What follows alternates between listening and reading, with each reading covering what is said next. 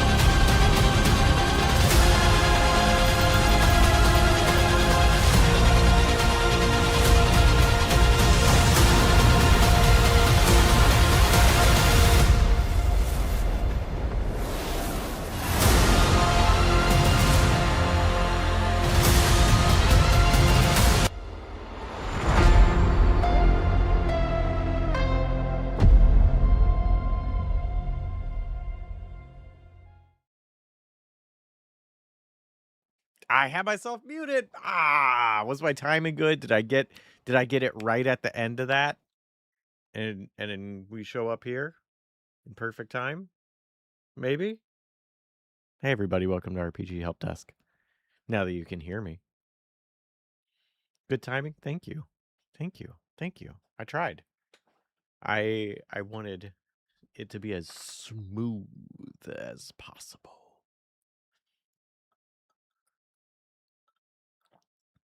I have the official ad from someone else. Like usually I just run ads for us at the start of the stream, but I have an official that's somebody else's, the Everspace ad. Which means I'm a real stream. Cause I get ads for people that aren't just us. So like that's a pretty cool thing. How's everybody doing today?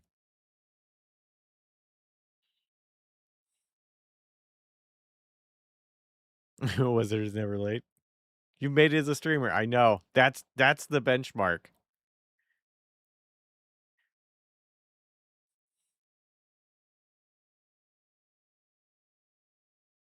That is the thing that informs me that I've done it.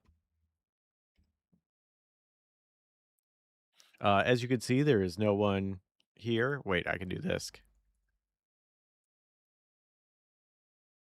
There we go.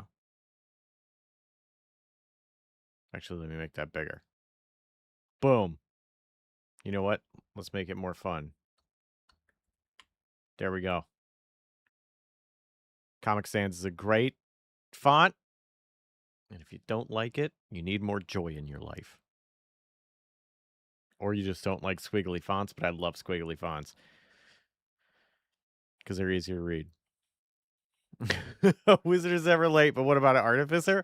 Artificers, I think, are chronically late. They are always tinkering to the last minute. They're either late or early because they're either tinkering on something and then lost track of time, or they finished a thing and they showed up early to show it off. I think those are the only two states that artificers exist in.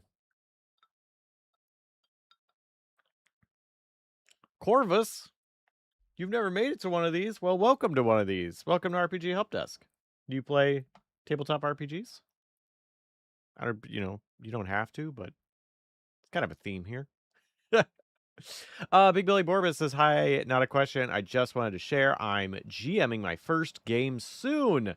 I created some Borbos and complex conspiracy story around them, and I'm going to let my players loose in Cyberpunk Red. Congratulations, Big Belly Borbus. I hope you and everybody at the table has an amazing time playing that. I haven't played Cyberpunk Red. I have heard good things, and I want to play it. So I hope you all have fun. Feel free to report back. Ooh, hey, Waterboy, that's a great question. I'm gonna put it on my list of questions because I have what the heck? Oh, there we go.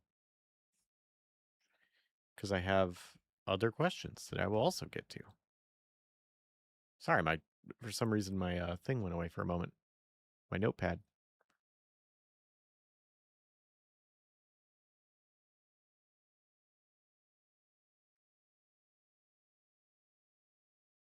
To do a thing with clockwork. I guess that's true. Yeah, but even though if they're working with clockwork, it doesn't mean like they're going to be on time. It just means they're going to be fiddling with clockwork. Make Cyberpunk Red a stream goal. Oh, I learned Cyberpunk Red and run it. Is that the stream goal? Can I ask before Adventures and I had you played RPGs? Adam, absolutely. I started playing RPGs technically late. I didn't start till I think freshman year, no, sophomore year in college. And then I fell along. I've been playing them ever since. So I had been playing for like almost 2 decades when I started playing Adventure as Nigh.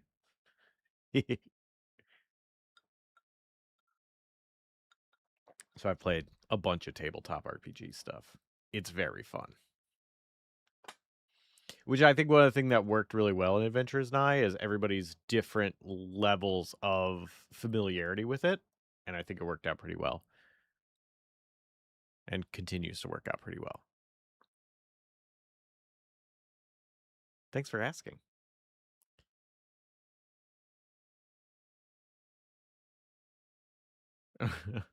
I'm tired of not being on second win. Oh, it's okay. Oh, okay. Uh,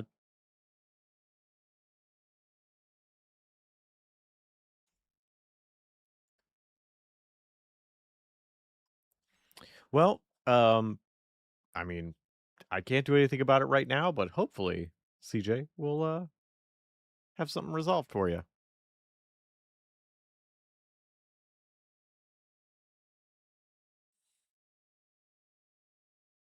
Hey, Dashin. I might have to mute the my Slack because there's conversations happening in here. Also, you guys are super comfortable around one another. Yeah, it's very helpful. In general, that's an incredibly useful thing um for a table is to be comfortable around each other. And that's part of the reasons, one of the many reasons I suggest like session 0 and a lot of talk between everybody at the table is to get that level of comfort. We had a lot of it because we work together and we are entertainers. So like we have a level of being able to interact with each other on a professional level that is also a personable level. Because like when you're doing streams and stuff, you got to be chatty and whatnot. So like that's all stuff. But do whatever you can to get everybody comfy at the table. It's very helpful. Borber says I had a cool idea where each player gets a special secret of information on a major NPC based on their role, and they get to roll 1d6 for additional information. Oh, that's fun. That's a good idea, Borbus, because that's information. I like that specifically because you're giving information about NPCs. And that way they know stuff about the world and not stuff about each other. And that's like secrets that help build the world instead of secrets players are keeping from each other and are like, ooh, no one has to know that I'm actually I'm an undercover boss for the Wayland Yutani Corporation or something. But that it's about the world, I think, is a really cool idea. Oh my gosh, I got a few questions already. Sweet. Thanks, Lena Loki-kun. I saw some before yours that I'll have to get to. Hey, Discordia.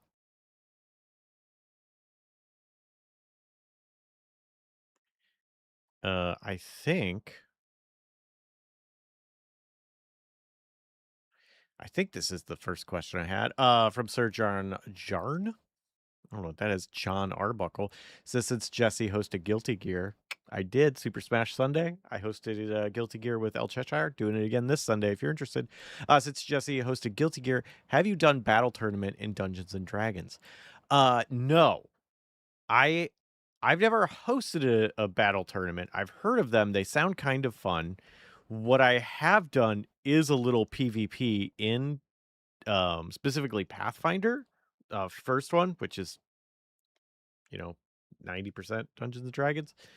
Um where we had two friends were running campaigns side by side in the same world, and one of the ideas was at some point our two groups would come across each other, and it just so happened that by the way we were playing, our two groups were on opposite sides of a conflict, so we got to play PvP in that, and it was very silly. Especially because our group did not take it very seriously. We were this I mentioned before, the group that was a bunch of bards and one monk that was just a band. Um, and a muscle wizard was our roadie. And that was the whole thing. Like there was no great plan. There was no we're building this. And we honestly did pretty well. And I think someone mentioned it before that it's not really made for PvP, and I do agree. The stuff that you have as a player is kind of weird to use against other players. Um and it doesn't work super well. You can do it, um but there are probably better games for it than that. I don't do a lot of PvP in RPGs, so I don't have a good suggestion of like, oh, this one's very balanced. But like you can get broken abilities, and it works in a campaign because the DM can kind of work around that with like, oh, okay, well, you're basically immune to damage from fleshy creatures. Awesome. Constructs, undead, cool, I could throw those at them and, still give them a challenge. But then you take those same things, you put them against a party that's probably going to fit a fairly narrow spectrum of things, and those abilities suddenly become a real problem. So I've done it once. We thought it was fun because we were also winning and we weren't taking it seriously. The other group did not think it was very fun and had to retreat. So I feel like other I don't know about like Warhammer as an RPG, but like generally like a game that's kind of built for PvP is probably better to use if you actually wanted to do combat like that. Um or if you don't, just be silly. If everybody's on the same page of weirdness, then like that works.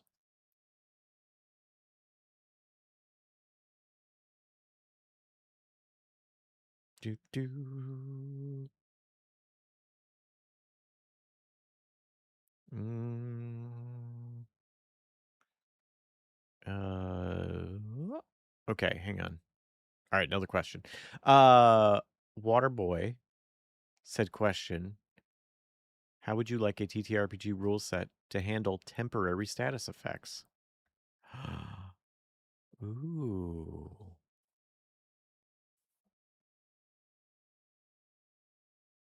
That's a good question. Oh, Sir Jordan Alberco with follow up saying, have you done team battle tournaments, players against NPCs? Kind of. I've never directly. I usually, if I like a team battle thing, I'll kind of build a specific group of NPCs against the players. Like I had a group of mercenaries that had like a theme and that were like going to be a thorn in the player's side for a while. Uh, and those again kind of build around the weaknesses of the group to make your NPCs strong, and then your players figure out how to get around that, and then they become stronger as a team. So I've done that a little bit. Um, Not quite a team battle in the sense of like a tournament, but like the same principles applied kind of in a campaign. Oh, another question from Zap. Thanks. Let me put that on the list. Metagaming becomes a whole new issue. Yeah, if you're PvPing, it really does, because a lot of those things just work very well against a person.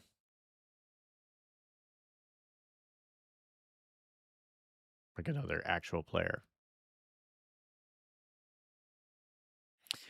So for temporary status effects, it really depends. Um, on the game. I mean, an easy one is just lower a dice, like a penalty to a dice, -1, -10. I don't know whatever system you're using, depending on that. Um, I like ones that have like, oh, I'm poisoned, and there's. I think temporary can be fun when you add an element of unpredictability, like you're poisoned for like a d6 rounds or something is kind of fun. Or like roll a d6.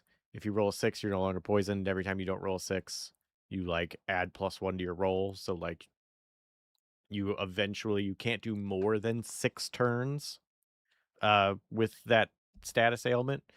Um things that kind of add a little bit of that, or like things that remove one particular skill, I think are fun for status ailments. Like you get pepper sprayed, and so anything that is sight based, you either take a penalty for or you just can't do. But like technically you could do other things and that's fine. But yeah, I don't think there's a good way of like you should always do it this way. I think it's very much game dependent. Although one of my favorites is lowering the actual dice that you roll. So it's something like Savage Worlds, where you roll a d4 to a d12, depending on how many points you have in a particular stat or skill. You could set it up so a temporary effect lowers it by a die. So rather than rolling a d12 for your gun attacks, because you're very good at shooting, you're actually going to roll a d10. And that could last for until you take 4 shots, something like that. I think those are really fun.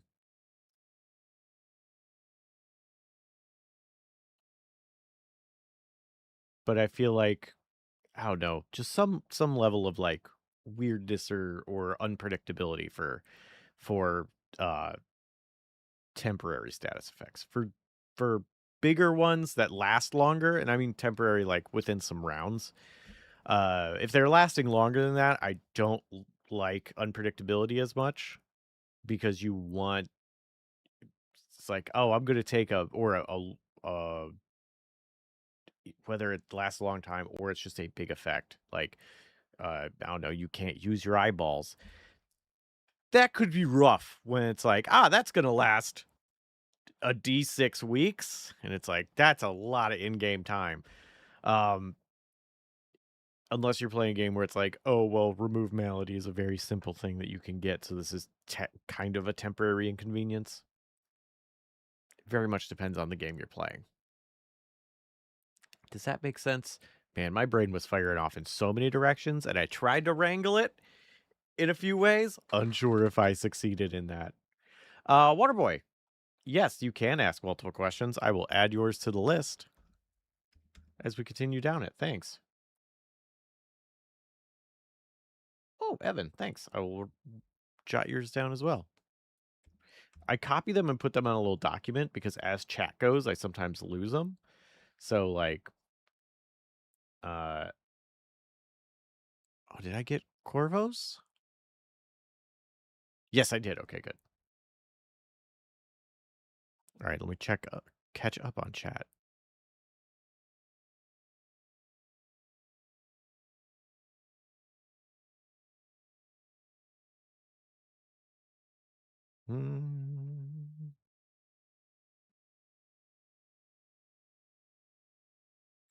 Oh, yep. Okay. Sorry. Slow reader today.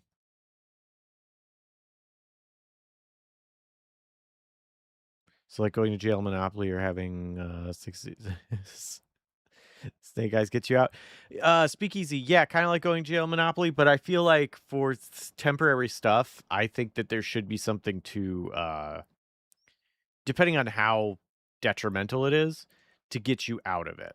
So again, the kind of, okay, well, if you got to roll Snake Eyes to get out of jail, it's like, okay, but it's okay, you got to roll within the next roll it's a little bit easier, and the roll after that's a little bit easier, because like if you're losing in the Monopoly jail thing, you're losing a turn, and that feels bad in an RPG when you lose a turn.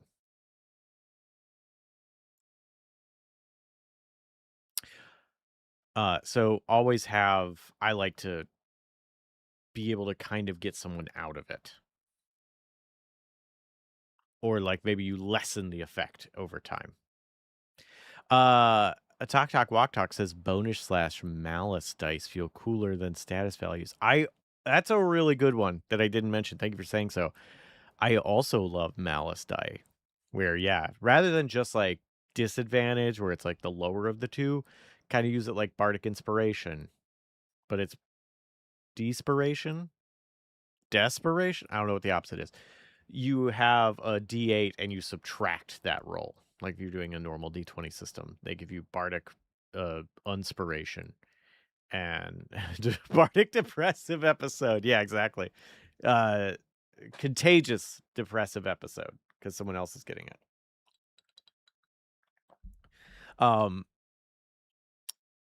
So like they reduce that number, and that adds that nice amount of, kind of what I was saying, of unpredictability, of like, this is a malice effect. It might not be too bad. Oh, Corvos. With a little more explanation. Thank you. Yeah, I really like that Talk Talk. That's good.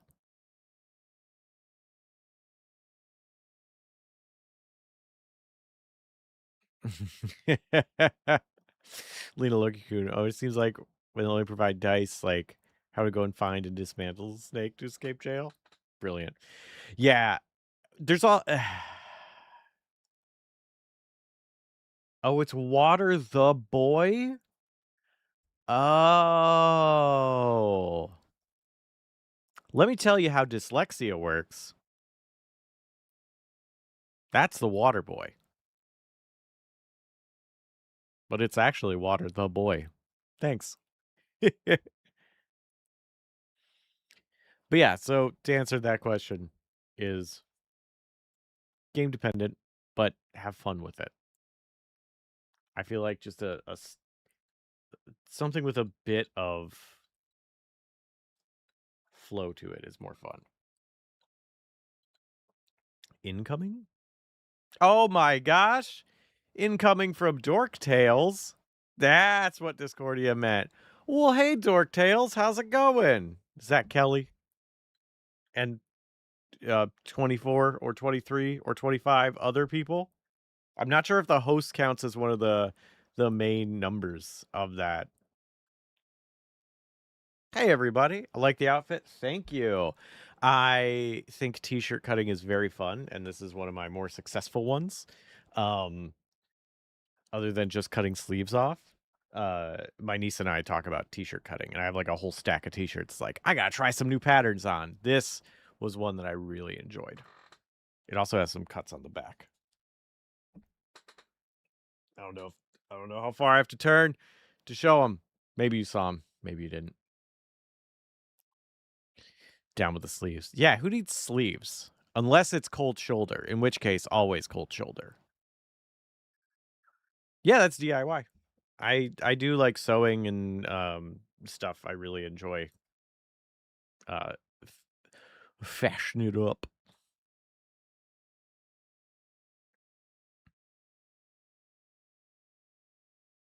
Hey, gift, thank you. And also, thanks Incarnate for gifting Dork Tales for a 1-month subscription.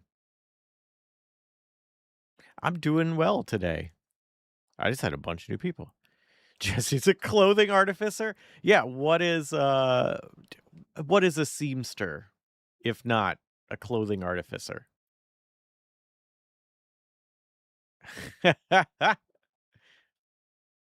Short sleeves, please. Deebs, good for you. Enjoy the short sleeves.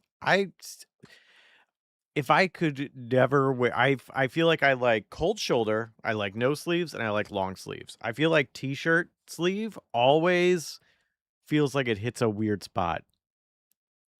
How about fashion as a future RPG help desk topic? That's actually pretty good. put a lot into fashion of like how characters should look, NPCs and like PCs and stuff. So like I think that's a great topic, and like how you pick how someone should look and how to flavor things based around that. I think honestly, great topic. I'm gonna write that down. T-shirt sleeves are the perfect amount. Nice. Deebs, I'm glad that they're right there for you. And hey, you want me to send you my sleeves that I cut off all my shirts?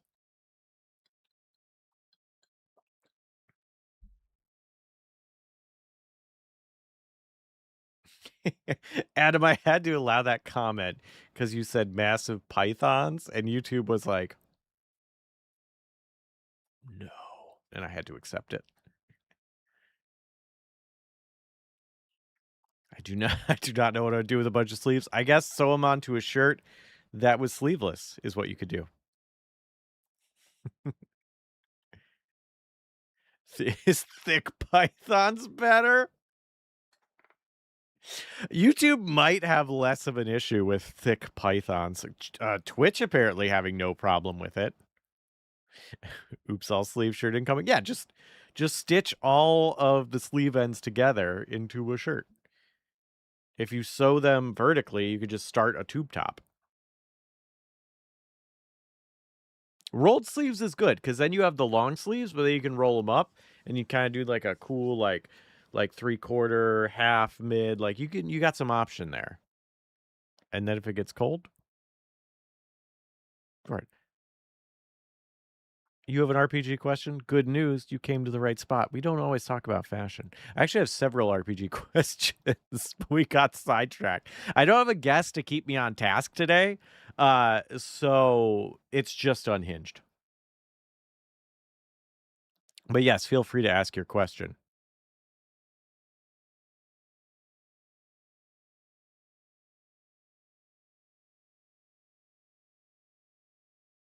Oh, Dorinithal, Crucible ad in other videos maybe wonder about VTT specific advice. Don't know if I missed previous stream about it. I don't remember if I've done a specific stream. We've definitely talked about VTTs a bunch, but I don't think we've had a specific one about VTTs. What is your question? I have some experience with I haven't done the Crucible, but like Foundry, Forge, some in D20. Like I'm not super into it, but I know some stuff.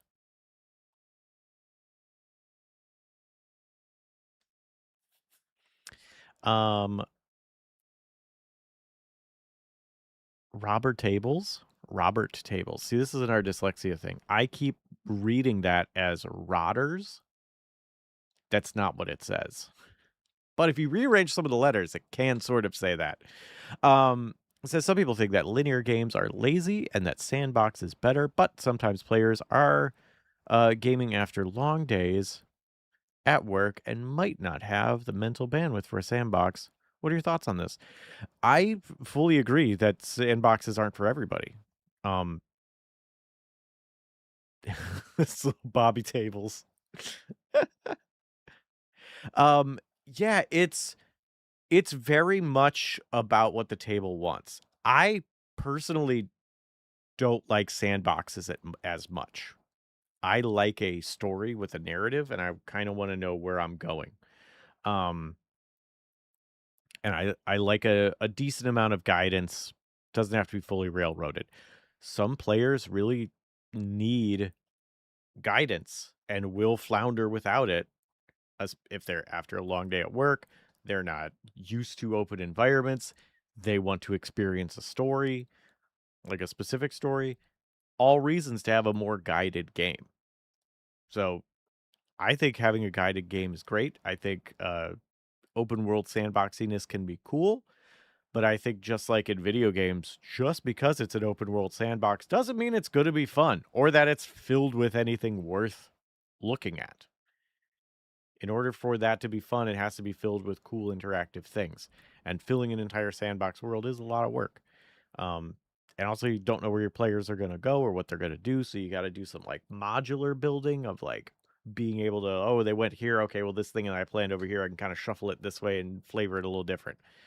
So yeah, it's very much up to what the table wants, and that includes the DM. If all the players want a sandbox game and the DM is like, "I don't wanna do a sandbox game," let that be known. Be like, "Hey, that's I could try and add some sandboxy elements, but we're not going full open world here."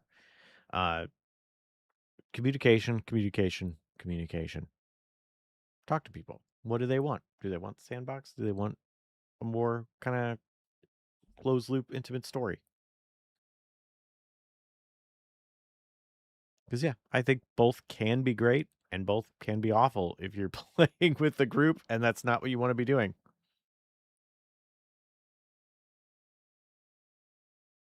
Oh, Water the Boy on the follow up question previously saying, I found issues with temporary side effects either being treated passively, easily forgotten, or triggered by player DM.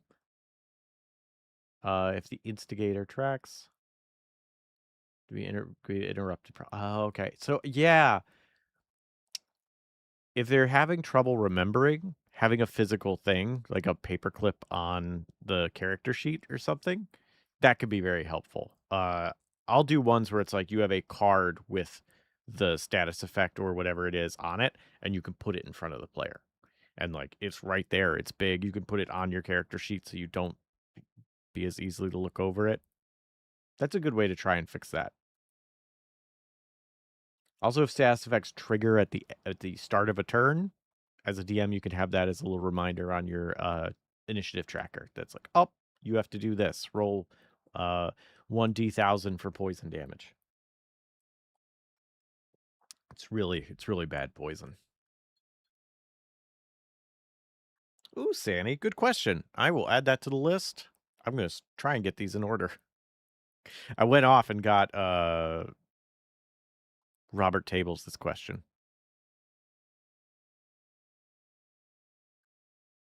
Sandboxes are famously not very Skywalker. No, Anakin Skywalker does not like sandboxes.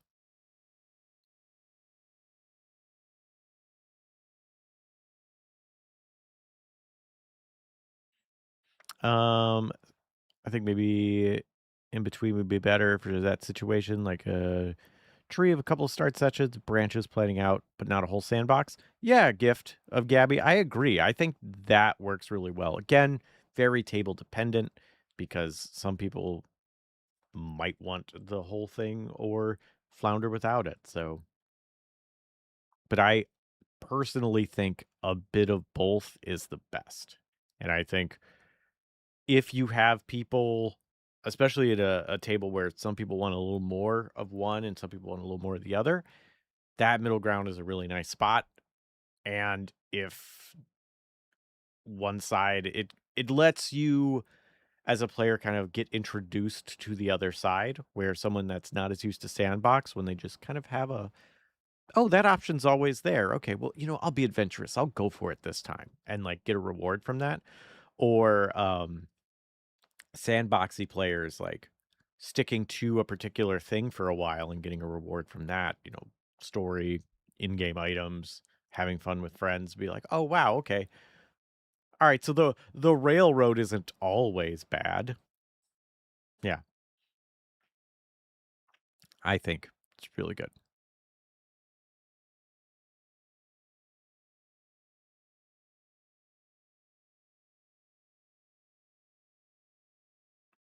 It makes me think if y'all ever played non-linear campaigns in RPGs. No, but now I want to.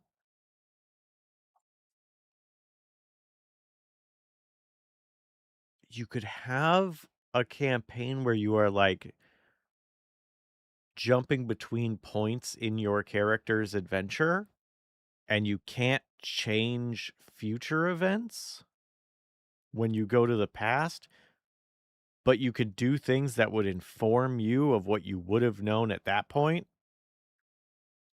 Oh no, that sounds complicated and pretty fun.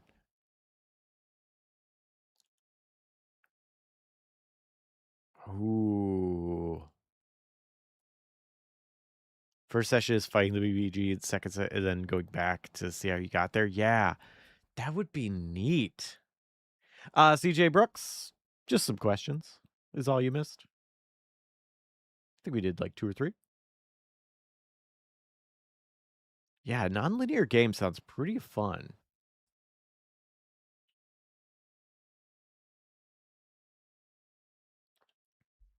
How much gold per level? Real lag? Oh, easy question to answer. Totally depends on the system. Um, in stuff like D&D, it says how much. Just somewhere in like the DM's guide, it'll say how much. And D&D is usually, and Pathfinder 2 is kind of built around an expectation that players of certain levels will have a certain amount of money so they can buy a certain amount of like uh magical items. So the CR works. So for that, very useful. For other games, it could be way more fluid. And I think a bigger thing is that you're finding the sweet spot between your players are able to get some of the items they want, but they are not able to easily get all of the items they want. I think that is where the sweet spot of money is, because you want to be rewarded. If you're just constantly like, I gotta save every gosh darn gold we get so we can buy one healing potion, that's not fun. And if you just go to the store and buy everything, that's also not fun. And you can kind of track that by like seeing what they have and what they're going for and kind of pacing out when the last time they got a nice big item was. It's like, okay, well, in 4 sessions, I'll make sure that if they don't have enough, they'll find some jewels. Ooh, who would have known that in the back of this cabinet there was diamonds or whatever? Or an heirloom that they can sell, and then they'll make up that difference, and then they can buy the thing. So yeah, I think that's where you're going for. So not so much a number, but a feeling.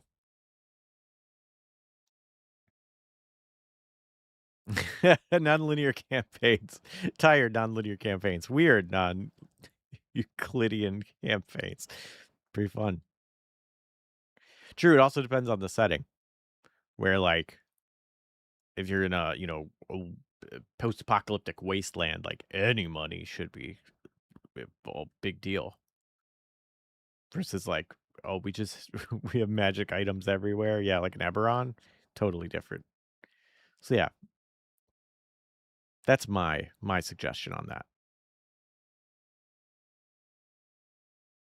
Worst part about making D&D's items is pricing them. That's why I don't. Anytime I make an item, I do not price it.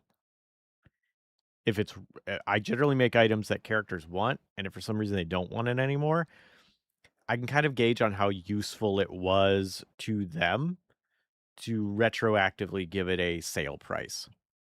I also do not work with hard numbers for finances in like any of the games I run, so that's very much a me thing. If you like that, cool, go for it. I hate those numbers. What if the store is really cool Thai food stall and, and it's super fun to buy everything? I feel like at a Thai food stall, buying everything is a reasonable thing when you're like saving for magic items.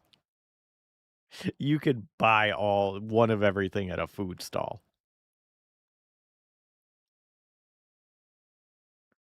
Ooh, Discordy says when it comes to magic items, I've started crafting wonders in M20. It's certainly a system. What is M20?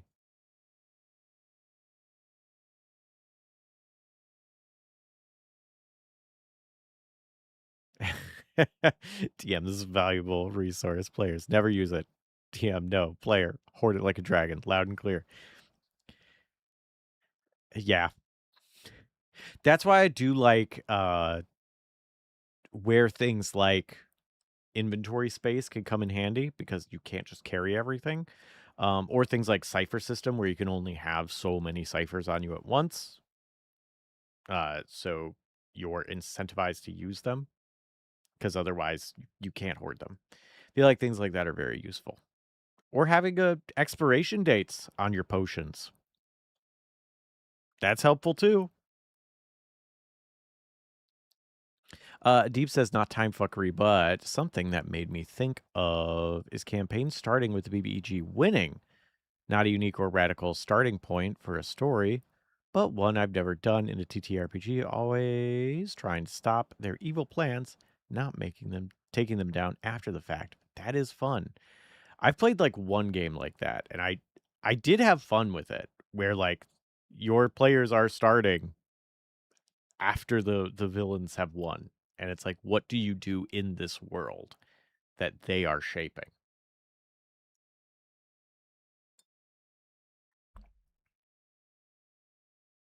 Oh, CJ, you did not miss anything about what you were asking about earlier. So you're all good on that.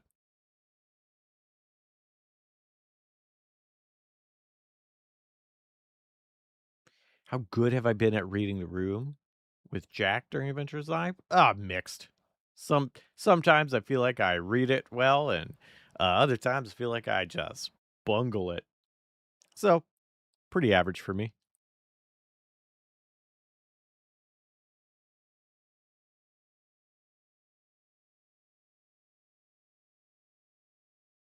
I do know Cypher System. I very much enjoy Cypher System. Actually, the Thursday campaign that I'm doing right now is superheroes in Cypher System. It's very good at that. I'm enjoying it a lot. I played Shadowrun Mud for so long back in the day. Did enjoy a fair bit of Shadowrun RPGs. I would like to try Shadowrun. I've tried it once and it was too much, and I feel like I need someone to ease me into Shadowrun. It seems like it could be cool.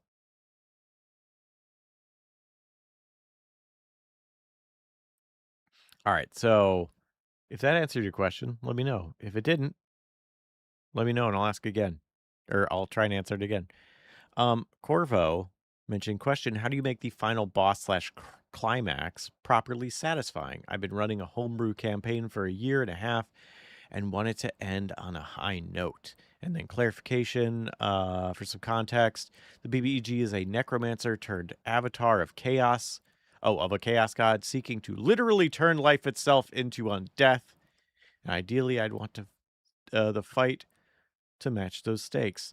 Ooh, that's pretty big. If you want the fight to match those stakes, Corvo, like realistically, are you willing to let the villain win if players don't do it right and turn life into undeath and have the scenario of, hey, if we do a campaign in this world again, it's going to be in a world after the villain won.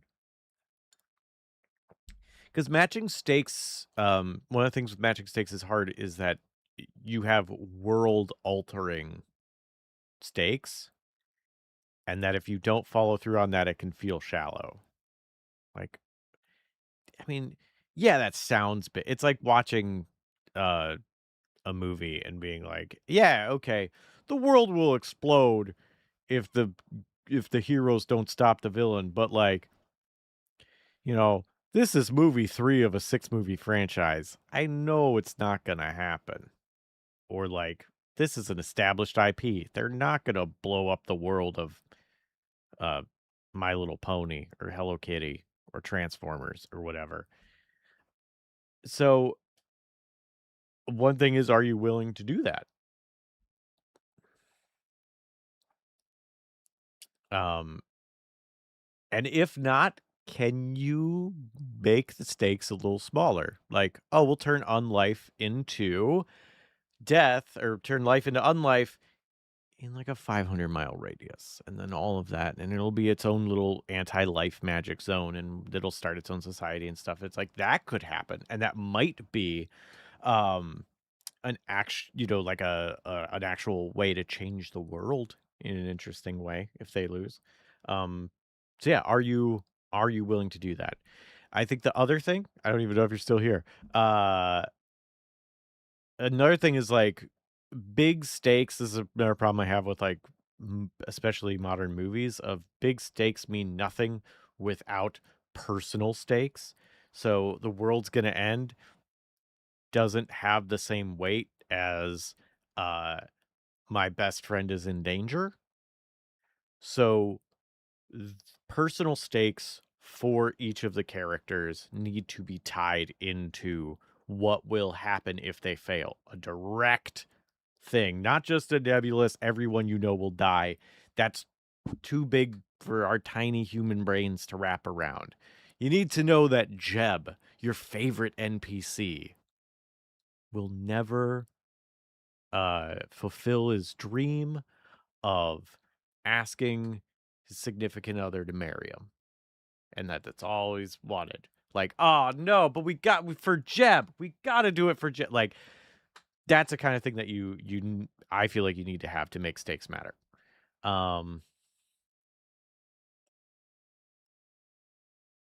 Ooh, hi Ohms. I'm gonna add your question to the list. Oh my gosh, we might do a follow-up of more questions because man, y'all really, I gotta take off the thing that says ask your questions. There's so many good ones coming in. If they blow up the world, it's not an important one. That's the thing about like the multiverse theory. It's like, oh, this thing has cut across the multiverse, killing all of these worlds, and it's like, yeah, that kind of just ultimately doesn't make them feel important. And like, you want them to be important, but when it's just kind of hand waved as like a sign of power, it doesn't really hold it. Street level stakes are more interesting than save the world shit, says Speakeasy. I agree. Do you think love can bloom on the battlefield? Lena Loki-kun, always. They can absolutely do that. That's called trauma bonding, I do believe, or one of the ways you could do trauma bonding.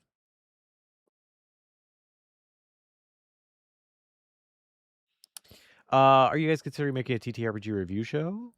No, but that's not a review show, but I do want to do more with TTRPGs that aren't just D&D, that some of which is already in the works. Where we play other games with some other people.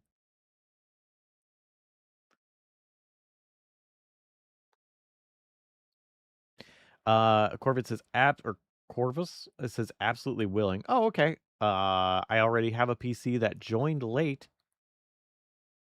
and comes from a separate timeline where the BBG did in fact win. Ooh, fun.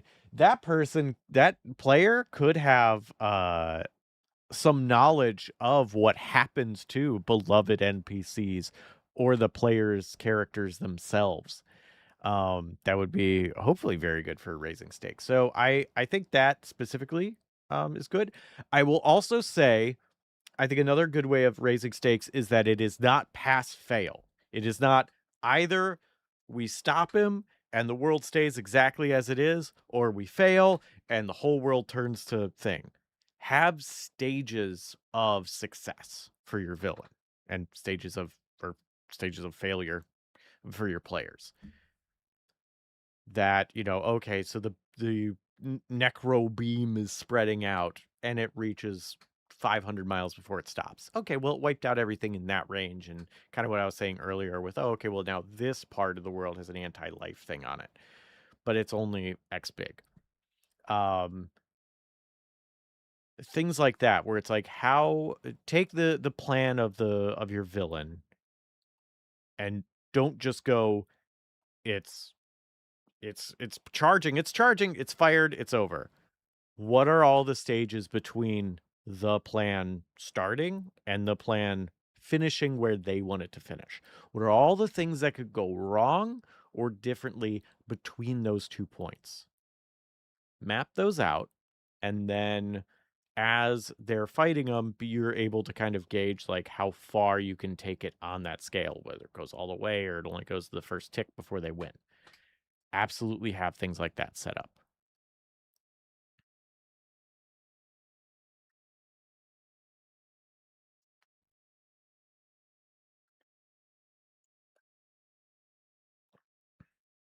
Pass fail, cheese is illegal. Those are stakes. Cheese is illegal.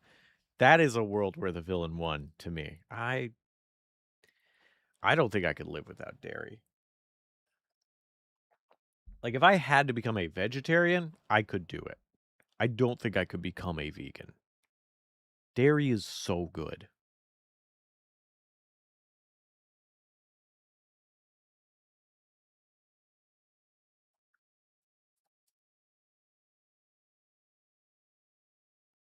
Early morning typos, they happen, especially early morning.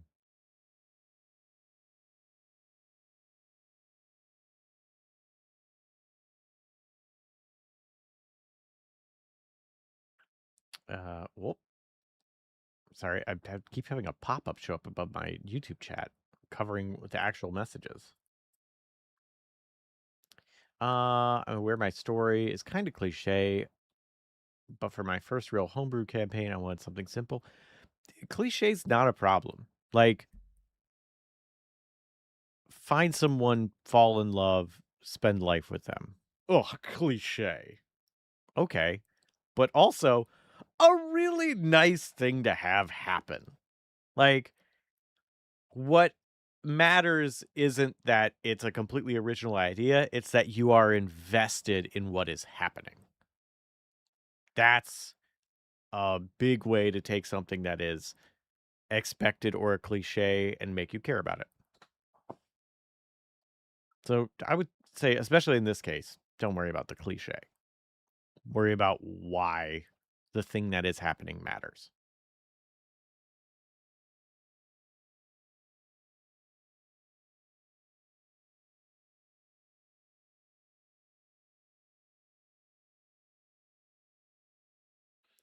Let me look it up. I don't think I go vegan because I'm tired of eating rice and beans. There's so many. I'm not speaking ill of vegan food because I've had a lot of delicious vegan food. I actually think if you choose to cook vegan, you can do a lot of really great things because you are focusing more. A lot of people that I know that are vegan uh, do a better job focusing on spices and will make more flavorful food because they're not like, just put beef tallow in it. It's good enough. Um, so I think there's a ton of vegan food, and I really enjoy eating vegan food. I just couldn't give up dairy forever because it's too good. I've had a lot of delicious vegan food. Actually, vegan chili is. I've had some amazing vegan chili. A lot of really good vegan Indian food that I've had as well. Vegan stuffed peppers, nice.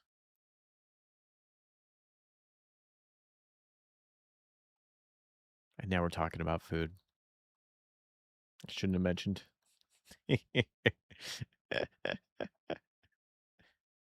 But yeah, does that Corvus, does that answer your question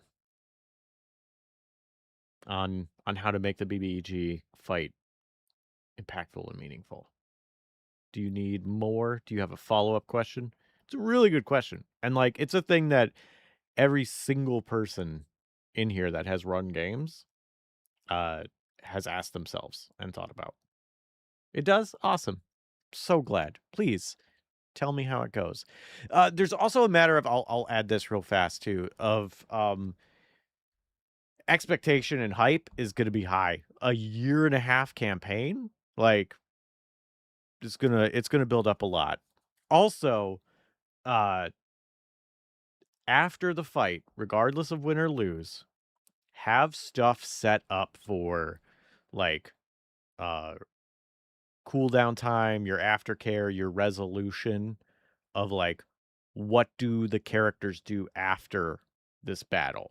Who do they go to see? What condition are they in? What has changed and hasn't changed for better or worse outside of this. Let them in game and out of game celebrate. Like have a space for that.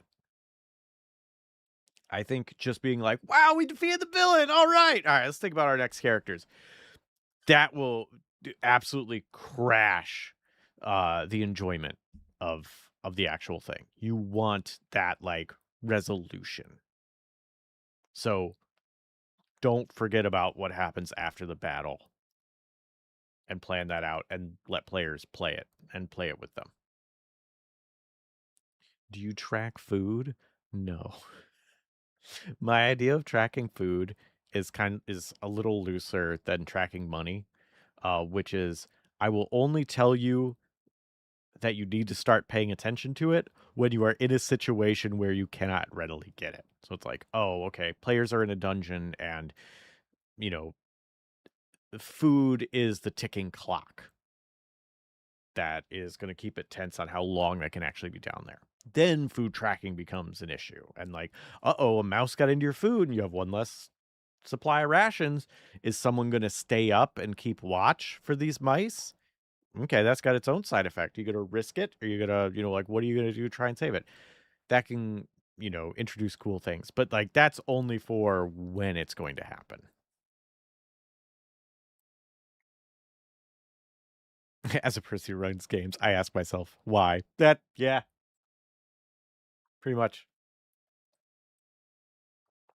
Why do we torture ourselves like this? Because it's fun. Oh, also a good vegan chili. So anywhere I'm making sweet chili. My sweeter chili vegan? Ooh, yum. Milk and semi-sweet chocolate. That sounds wild in chili. Also, tip for vegetarian and vegan things for thickening them up. Specifically for the chili, but you can do this in other things too. So to make like vegan chili less soupy, because there's not anything like, meat stock to kind of thicken it up, is you take some of it out and you blend it. You just literally take scoops of it out, put it in a blender, blend it, put that back in and stir it, and that thickens it up quite nicely. You can do that with other things too, and not even just with vegan and vegetarian things, but it's very helpful.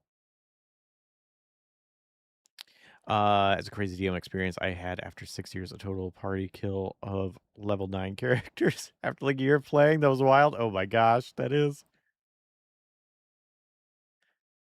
Food tracking hack play Warforged. That's true. Warforged, undead, sleep, eat, don't matter. Age, don't matter.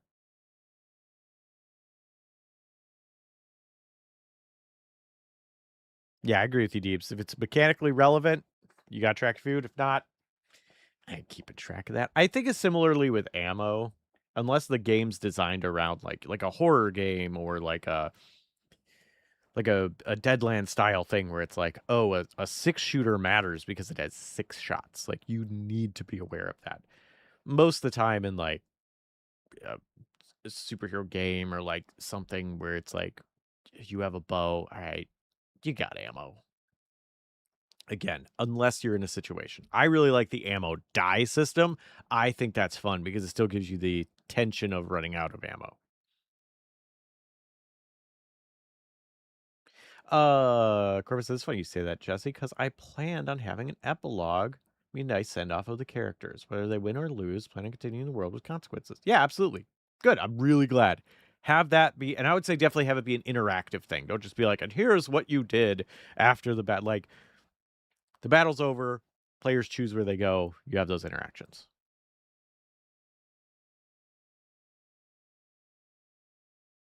Is there a tier list? TTRPGs ranked by complexity. There's Dorvo. There's way too many to make an actual tier list. Just for me personally, I feel like something like Pathfinder and D&D are on the harder side of learning, and then things like Savage Worlds, Fate, Mothership, those are all on the much easier side of learning, and those aren't light games necessarily. And then like mid stuff being like Cypher System, where it's not as complex as D&D, but like it's definitely more complex than all the other ones I mentioned. World of Darkness would be in that middle ground too, and I really like both of those games. So, can you recover arrows or shit in TTRPGs? You can. It's if the DM cares and like if he just it really depends. Like if I was running a horror game, I would absolutely be making them track ammo because running out of ammo is scary and it makes you count every single shot you take. Um or risk putting yourself closer to danger to use melee. But in a fantasy game, your archer has arrows. I want you to have fun playing the cool archer. So like just have arrows. It's fine.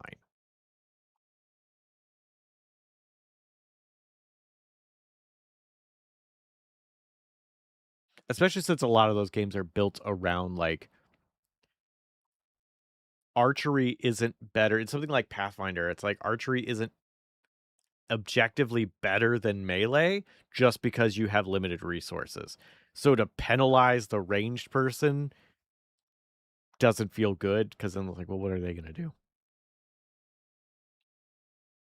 Track magic or special ammo, not normal stuff. That's pretty good too. Yeah, if you got freaking +7 exploding arrows of a meteor shower, keep track of those. Explosive arrowheads? No, yeah. Shot into a stone wall? Yeah. This is true. Um, cool. I'm glad that answered your question. And I hope you have a good time, Corvus. And feel free to share thoughts here and in the Discord of how stuff goes, or if you have more questions. Lena Loki-kun had a question of, do you have a suggestion for how to actually write a campaign/scenario? I have how it starts, how it can end, and mechanics. And now all this stuff in the middle is daunting.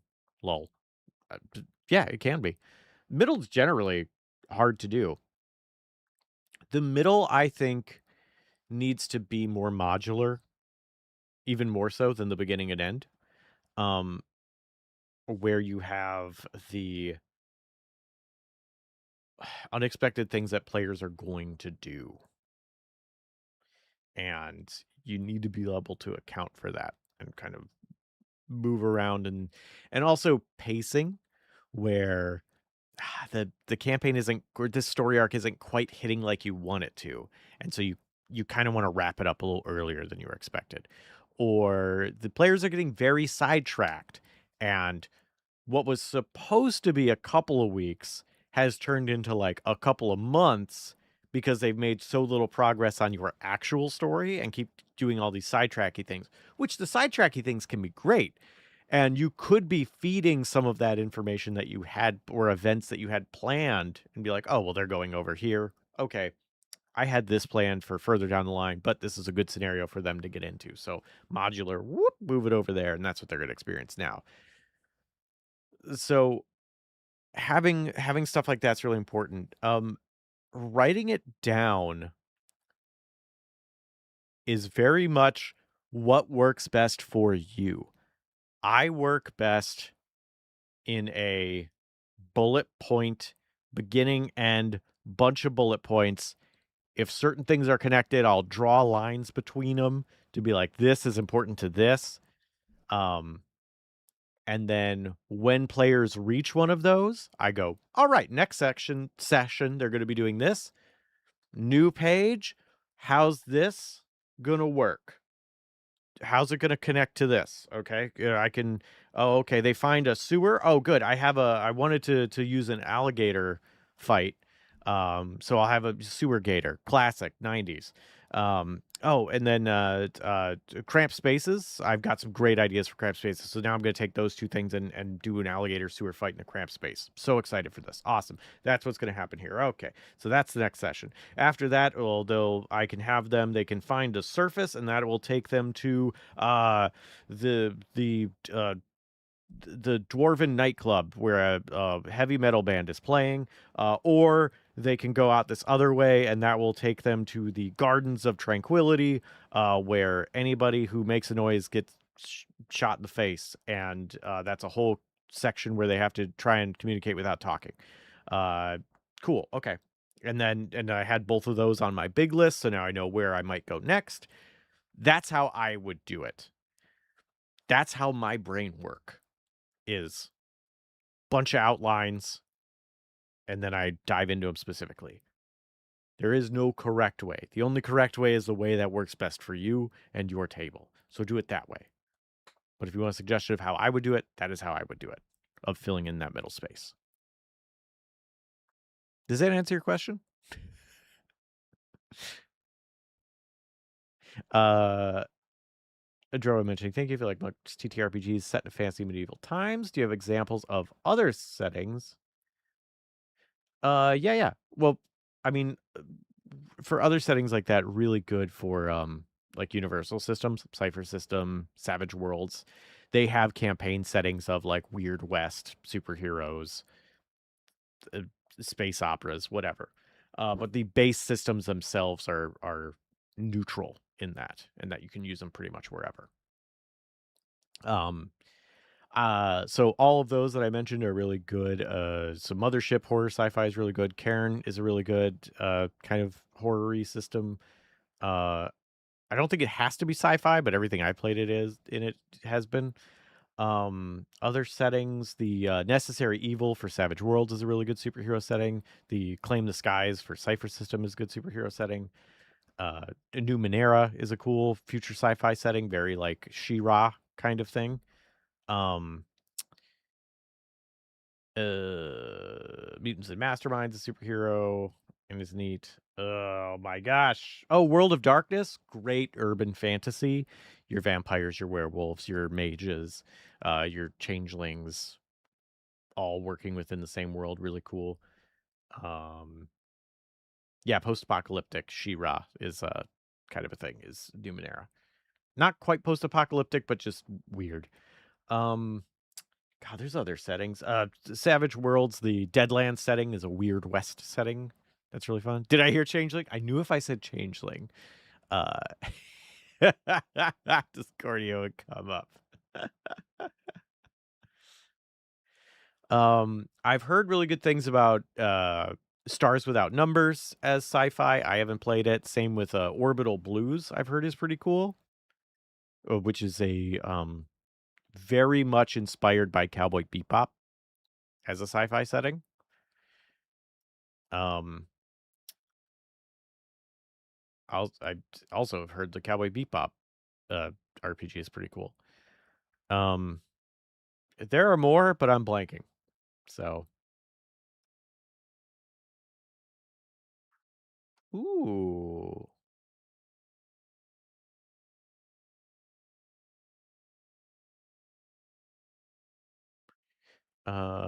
Roz, do you have any tips or good practices for agreeing on session days? Oh, that's a good question. Hang on, I put it on the list.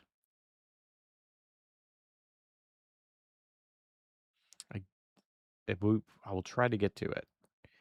Ohm's Law Enforcer says I gave my mage temp spell that is 3 flaming fireballs that defend melee and can launch them. Red shells. Only limited ammo. Oh, that's cool. I love that. The red shell spell. That's really good.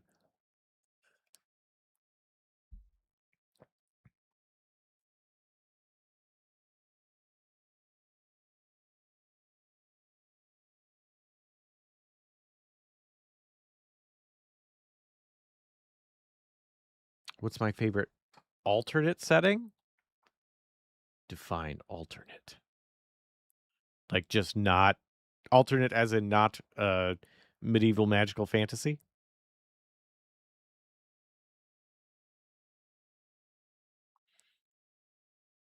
Ooh, nice little archer item that we came up with for our ranger, Phoenix Feather Arrow. Do extra fire damage and reappear after 1d4 rounds in the quiver. Feathers were given by the Phoenix as a crest reward. Oh, that's cool. And if you get 4 of them, you probably won't run out of ammo. Organization part helps. Oh, good. I'm glad. This is for a one-shot. I already talked about it in the Discord, so I have condensed some things. Awesome. Oh, Kids in Capes. Fun. Did you mention Dark Sun? I did not mention Dark Sun. Probably because I've never played Dark Sun, but Dark Sun, also one of those campaign settings.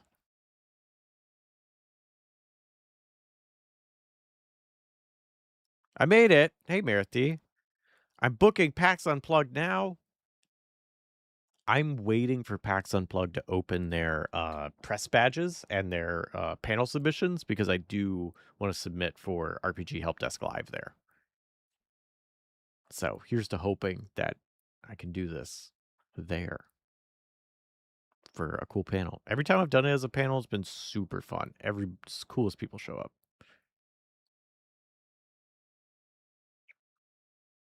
A meta question. All right, let me put it on the list. I gotta get through more questions. You have a hotel, which is an important thing. I also need to book a room. The place I got last year, I got at an amazing deal, and I think they didn't know that PAX was happening. And I'm not going to get that deal again.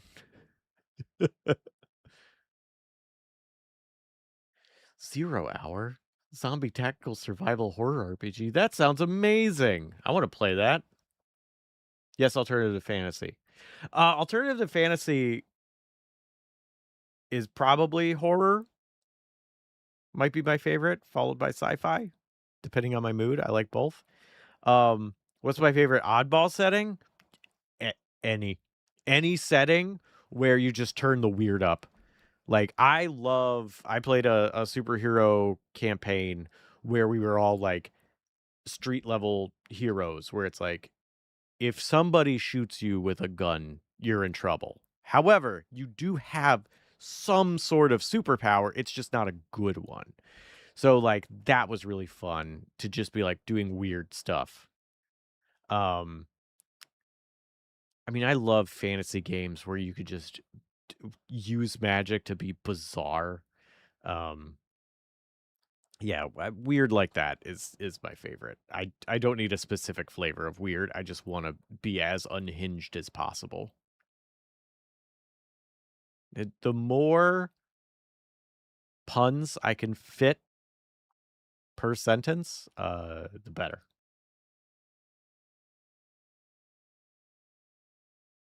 That's kind of weird. I like.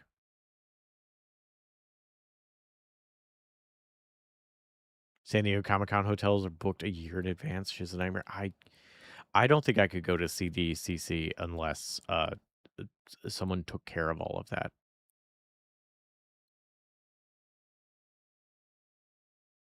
do a TTRPG with Darren, become pun governable. I would love to play a TTRPG with Darren. It sounds like a great time. We would have a rule where every time you make a pun, like some sort of mechanical benefit has to happen.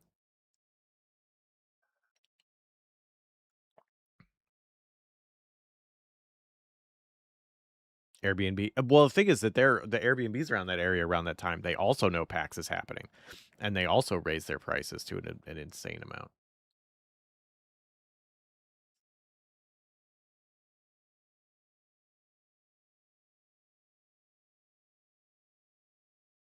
Punderworld. Eh. Okay, that was Lena Loki-kun's question. I did that. So Zap said, do you have any experience with GM-less games? If so, any general advice for them? I'm planning on playing one-on-one games with someone who is very allergic to anyone being in charge. I don't have a ton of experience. I've mentioned Emberwind before. Emberwind, one word. As I really liked that as a GM-less game.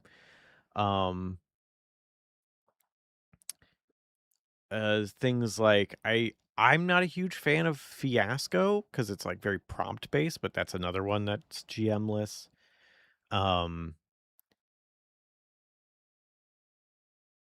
You could do Dread GM-less. I've never done it GM-less, but I think you can. Oh, uh, the Zone is very good GM-less. That I've mentioned here before, where you have just a path laid out before you of somewhere you're going and markers to show when characters are going to die in which parts, and then you'll reveal them to find out which character dies there. It's a play to lose horror RPG. It's great. Highly recommend. Also DM-less, really, really good. So yeah, those are all things that I have some experience with, but it very much depends on the mood you're going for with this person who is allergic to anyone being in charge. I would kind of be curious about what exactly that means. Oh, Die Laughing. Thank you, Deeps. That's another one you can do GM-less, is Die Laughing. Specifically made for horror comedy. Um So, like, why are they allergic to someone being in charge? Have they had a string of shitty DMs who just take control of their character or don't yes and or just completely steamroll them? Maybe rather than having no one in charge, show them that like that's not how all DMs are. Like, oh, you can have agency as a character. Um, I would interrogate and just ask, like, try and really drill down with them of like what they want, why they don't want someone in charge, and what they want out of a tabletop experience. Because you might find that they truly are allergic to someone being in charge, and a GM-less system is the best way to go. Or you may find out what they dislike about it, and that would open up your options. Also, in that interrogation of talking to them, interrogation sounds like the wrong word. In that experience of talking to them, you could find out what they want out of playing tabletop RPGs, like just specifically. And that will help you with the role playing, regardless of what system you choose.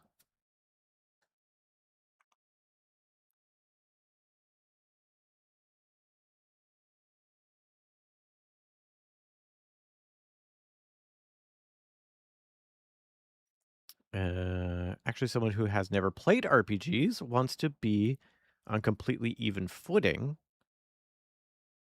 They always want to play co-op games with no information hidden from each other. Okay, so I mean, you don't need to have any information hidden from each other playing a game with a DM. I guess the DM has some information, but like, hmm. So it sounds like more of like kind of what they want is maybe more of like a role play heavy version of a campaign game. What is it called? I have it over here. Like Arkham Horror, the card game. Uh, you could role play that, like focus on the role play element of that, and that's DM-less, and like the choices you make can be informed by how you play. Um, something like Pandemic. Is it Pandemic Legacy? The Legacy games where you're doing a whole season of something.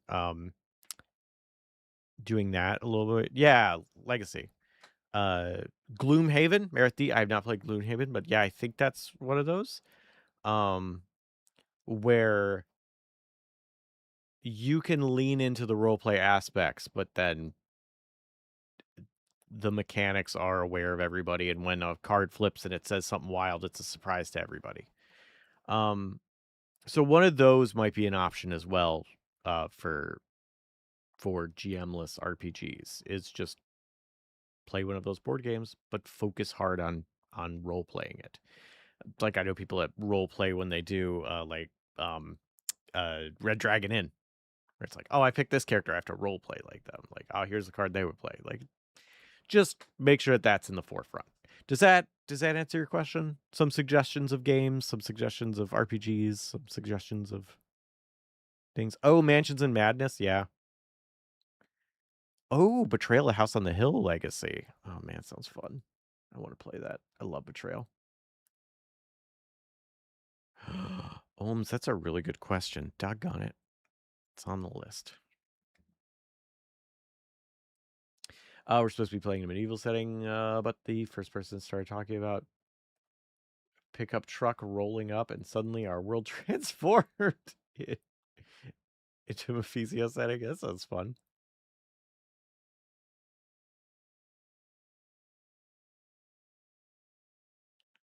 Uh, Scooshy.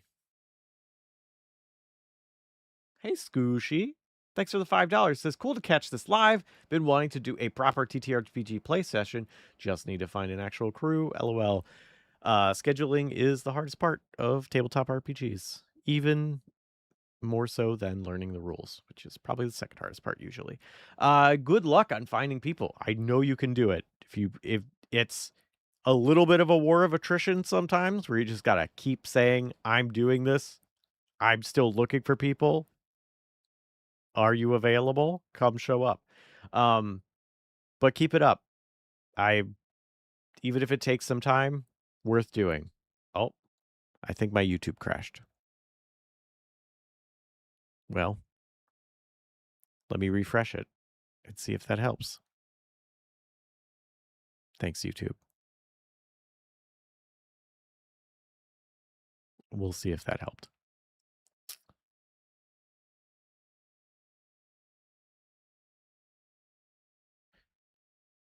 Okay, good. Thank you. I am still on YouTube. And chat's now working. All right, good. I don't know why I bugged out for a moment. So Zap, if that answers your question, let me know. If it didn't, let me know, and I'll try again. All right, now we're to Water the Boy. Not Waterboy. It says, assuming we can ask multiple questions, absolutely you can. How should a TTRPG rule set handles player having reactive abilities without interrupting the GM, and thus the pacing of the scene? I guess so. A rule set for players who have reactive abilities without interrupting the GM, that would just have to be when you trigger a reaction. Like, if the reaction is supposed to happen when you start a thing versus you finish a thing. So like if the reaction is when someone attempts a melee attack and you get a free grapple attempt, that's your reaction. That's something that is happening as a reaction to what the DM is doing actively. Which if the game is written that way, then that's how it's going to be. If you want something that is only reactive to things that have already happened, then they should be worded and structured that way. So after an enemy successfully attacks a party mate, you can get a free grapple attempt. You can make a free attack if they're in range on that person. So then it doesn't interrupt the DM doing the thing. It is a reaction to it. So it's very much just about how it's structured. Is there a particular game that you're thinking of, or are you like building something and you want to have it work that way? Because if it's just a game that it's like, yeah,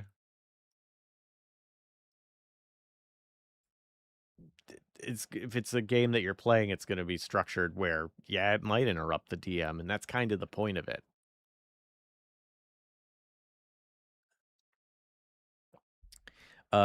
You're both here. It says reactives can be things they can record themselves. For example, reducing damage done to themselves. DM doesn't need to do anything. The player just says, I use my reaction to guard. Also true. D&D 4E's endgame was notorious for having many reactions that could stutter the game and stop because they were not one-sided or fast. Oh yeah, your reaction triggers my reaction, then we both have to roll for this other thing, and then yeah, I haven't played 4E. That sounds wild. Does that answer your question, Waterboy? Water the boy? Water the boy might not even still be here. If so, maybe they'll pop up in chat. 15 to 20s was the worst. Oh my gosh, yeah. Well, the thing about D&D I haven't played first or second edition. I've played third and fifth edition, and the problem with it in all of its editions that I'm aware of is level 1 through 3 is kind of one game. 3 through like 8 is a different RPG. 8 through 14, 15 is a different RPG, and then 15 to 20 is also a different RPG and is vastly different than all the other ones because you have so much stuff to deal with. Because not only do you have 15 to 20 levels worth of unique things for your class, you are also expected to have like a certain number of magic items, which also have their own abilities. And then you've probably talked to some god and gotten a homebrew specialty thing, novelty pager that you can use to do whatever. Like the levels, it feels like such a different game how they're built out as you progress. I definitely have an outlier. I love 4E. 4E has gotten a lot more love recently. People are willing to go back and be like, I liked it. It was very different, and I think fairly a lot of people were upset at feeling like Wizards of the Coast was just trying to get more money out of you by making you rebuy books. Not that they've ever done that before, and certainly haven't done it again.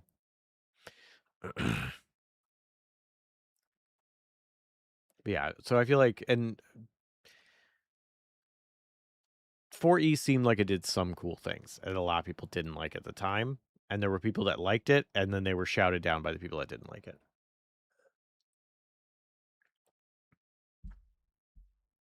Hey, Arc Dragoon, or Ack Dragoon.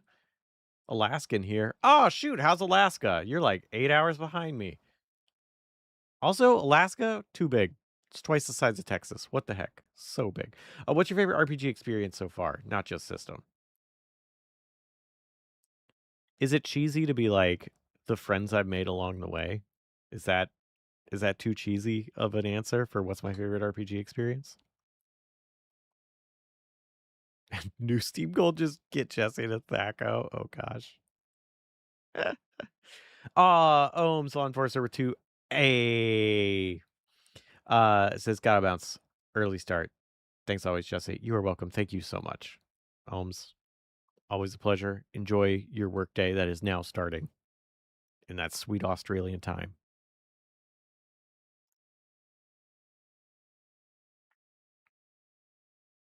My second edition 4 HP wizard dying in menial actions. Yeah.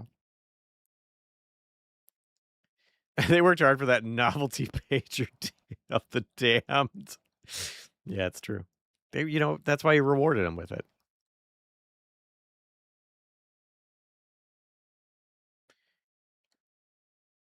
Before you bummed me out because I couldn't choose the skills that I'd be good at. You can't choose the skills you want to be good at in 4E? Yeah, that's pretty bad.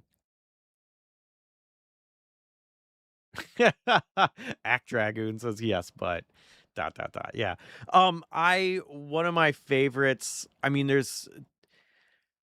wrapping a year and a half campaign with friends was a great experience.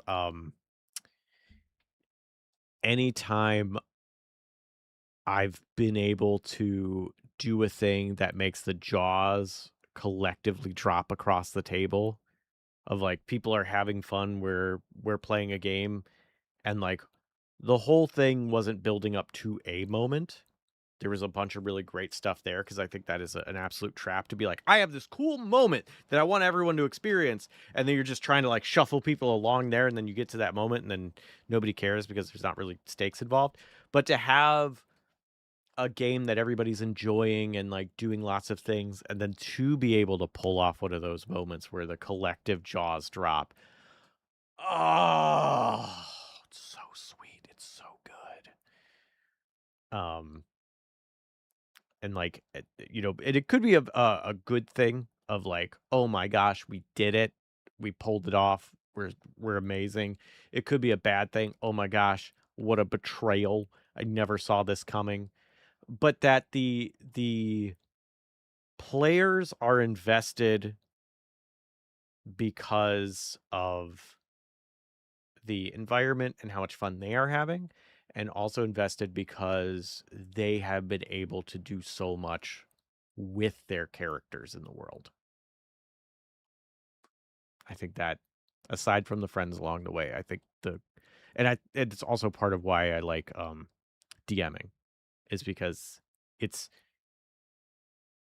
easier to do that as the DM than like to make everybody's jaw drop as a player. Even though it can happen, and it's happened, but it's easier as a DM. Yeah, so those are my answers. Recently went back to running D&D 2E. for some friends. Completely different vibes than 3. Oh, from what I've heard, yeah, it's totally different.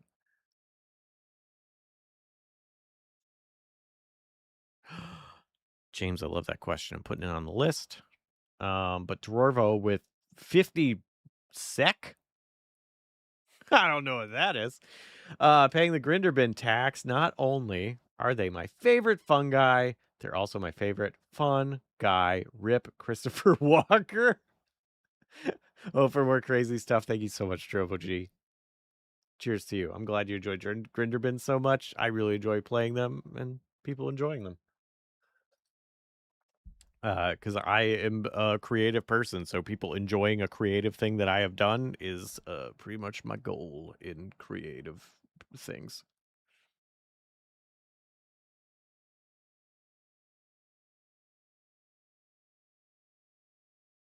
Swedish kroner. Oh, nice. But thank you very much, Drovo. Really glad you enjoy it. All right, catch it up on Twitch.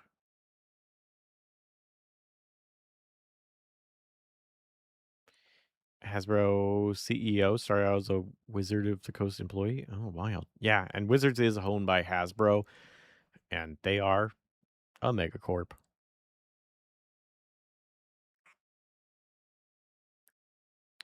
40 skills were class dependent completely. Oh, wow.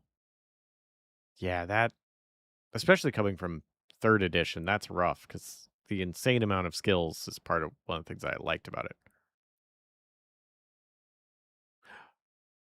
Played 3rd edition in high school and Deadlands and Legend of Fire Rings. Nice.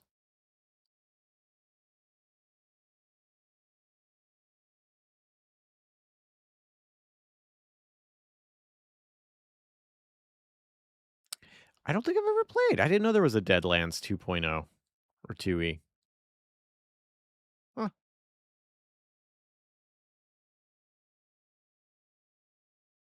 Bye, CJ. Have fun. It's the precursor to Savage Worlds, and maybe I did play it because I did play Deadlands before Savage Worlds was a thing. That's pretty good.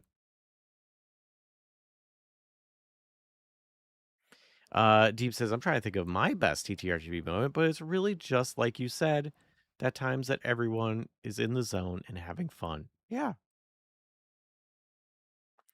Because I think part of it is if you're in the zone and having fun, it's a culmination of a lot of things working well together. It's not just you had a cool character moment or not just a story beat that got revealed and not just you're surrounded by friends. Like it's all those things working together.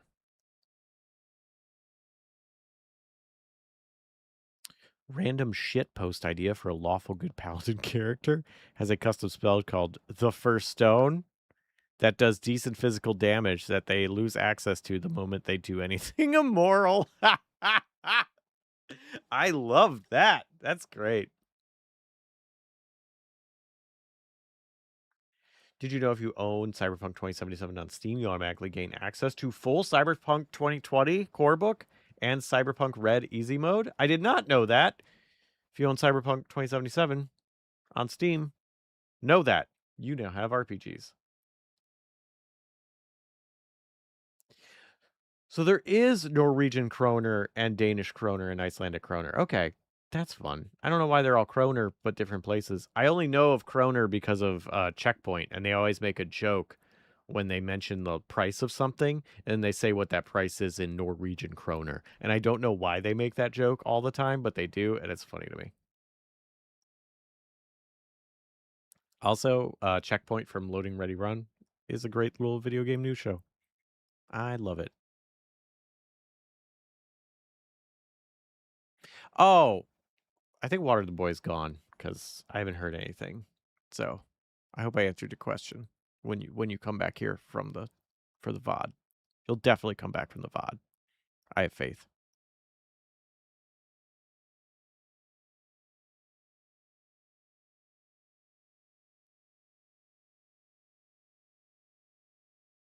All right. Evan Complex says, weird question, but does games like Disco Elysium or Assortic Ebb count as solo RPGs?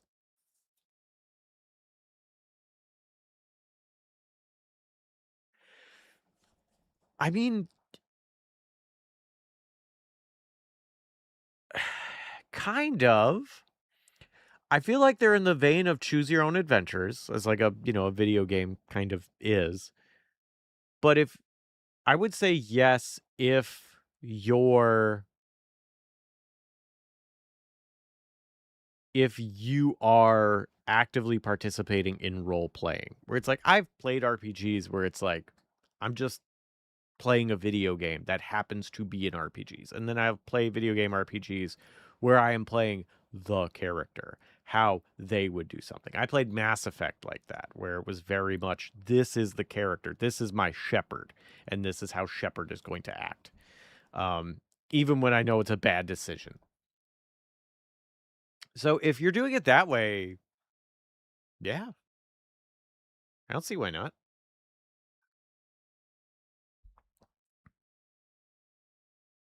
Are most CRPGs solo RPGs? I mean, kind of. That's you're getting a little like genre blendy of what's the definition of this thing, and especially because a lot of social or solo RPGs I know are very journally based.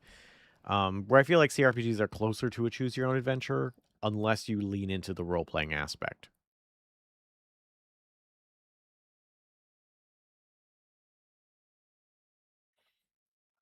Ah, Baleth, you're saying I would say it lacks the lack of improv separates from real RPGs or real TTRPGs.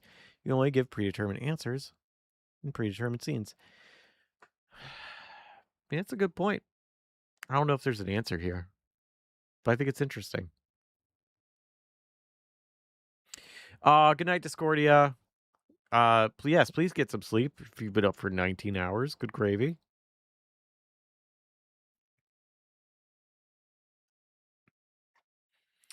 All right. I guess that's my answer, Evan. If that answers your question, let me know. If not, I'll try again. Asani says, any advice on getting players to try a new system or TTRPG for a one-shot? I think the answer is in that question is make it a one-shot. It's much easier to introduce people to a new RPG where they do not have to commit to it if they don't like it. Or they don't have to learn every single rule to find out, well, if I'm going to run a campaign in this, or I got to play a campaign in this, I want to make sure I'm the right class. And if the magic users aren't fun, I don't want to be stuck doing that. So yeah, make the best way to getting players to start a new system is by making a one shot. The best thing for getting people to join a one shot that they haven't played, try and make it as enticing as possible. Like, ask people what they want out of it. Like, oh yeah, I want to run I want to run was it the Orbital Blues one shot? What's a Cowboy Bebop kind of character you'd want to play in that? Let them just spin that wheel for a minute, get them to then get excited about this character that they want to play, and then, oh, well, good news. On Tuesday, I'm going to run that. So why don't we make that character for it? Oh, boom, you got somebody. Um, but yeah, trying to get them excited about it, letting them know, like asking them questions about what they want. Um, the lack of time commitment with the one shot. I feel like all these things can work together really well. Snacks are a great bribe too. You're like, hey, I'm running this one shot. And also, we're starting at 6, but if you show up at 5, I'm going to have a spaghetti dinner ready for anyone who shows up. Bribe them with food. Bribing's great. I understand why it works so well in politics, because, like, bribing's great. You get free stuff? Psh, cool. Our world is broken. All right, let me know if that answers your question. And if anybody in chat also has suggestions of advice for getting people excited or into one-shots of new systems, feel free to share. Ohm's Law Enforcer. Who's already left. I hope you see this in the VOD. Unless if I give a real crappy answer, then I hope you don't. Offer free cocaine. That's pretty substantial bribe. It's true. Ohm's Law Enforcer says, how do / would you manage playing not all manage a player not always being available, such as they have a young kid? I've got a story reason, but I need a mechanically in-game reason. When we do Axis and Allies, we do a potluck? Heck yeah. Getting rewards that you're already going to do is great. Yeah. Extra XP. If they're doing a one-shot, you get a bonus thing for the next one-shot for every previous one-shot that you've been to before. Or if it's a break from a campaign, you get a bonus thing in the campaign for attending the one-shot. Just saying.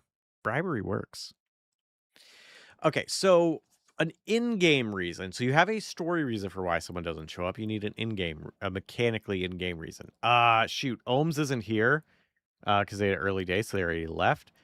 Because my question would be, what needs to be the difference? If they have a story reason of like, I'm meditating, like, okay, well, they're just not going to engage with anything and they'll catch up with the party or whatever.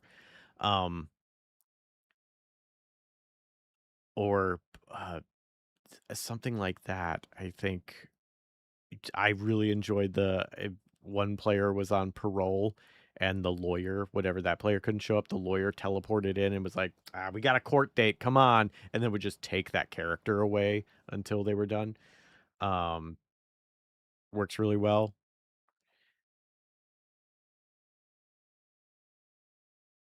Yeah, I'm curious. Oh man, because I want to know what the story reason is and what the difference is. Balthy, you're saying mechanically in-game reasons would probably be heavily tied to the story reason. Fully agree on that. Maybe they're time displaced and quantum phase out of existence. Yeah, why not? Maybe they are beholden to a warlock patron, must answer the call here and there. Yeah, that's also great. Warlock patron, you have to answer the warlock patron's call, or else you're not going to get your powers. It's a real needy patron. It's like, hey, I've had a rough day and I need to talk to somebody right now, and it's your problem. And that's why they can't do the thing. So they can like stay out of danger and like follow the party, but like they cannot engage. Some sort of magical curse, really useful too. Having like, unexpected out of body experience. Can't do anything. I do think the biggest way to tie it mechanically is with the story. I agree with that. And also, like, what do you need it to do mechanically? Like, is it, I need them to not take damage? Okay. Then we have, I have to be on the phone with my patron, but like I can still defend myself. I can still hide. I can still run away. And so that's an easy way to kind of hand wave that. Does it need to be like, this is why I may not be as optimal? Like, I can have another character kind of another player autopilot that character, and then they need a reason why they're not as good as normal. Like, I think it has to tie into the story.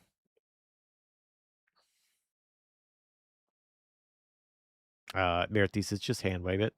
They just disappear. I mean, why not? Time displacement. They vanish, and then they reappear, and no time has changed for them, but they're in a new location. They also get the XP too. I agree. I think, well, sometimes. Depending on how system and stuff works, sometimes XP, even if you're not there, is good. And sometimes it's like, it's system works if everybody's not on the exact same level. Character having a hangover. Pretty good.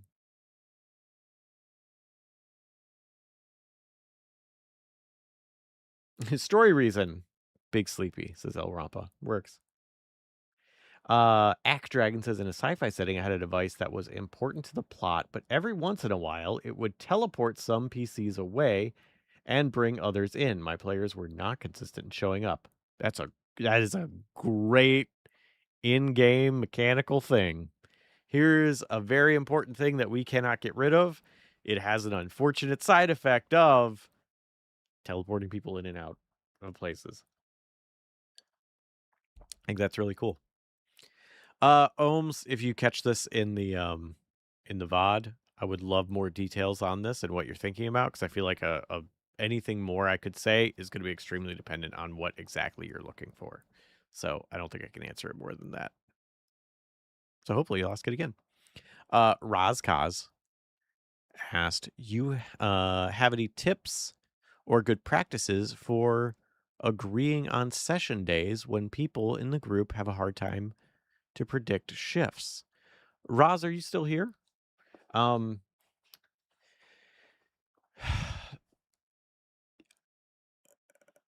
think I mean it's actually very tied to what we were just talking about. You have court appointed dates that you have to get that your lawyer will teleport in.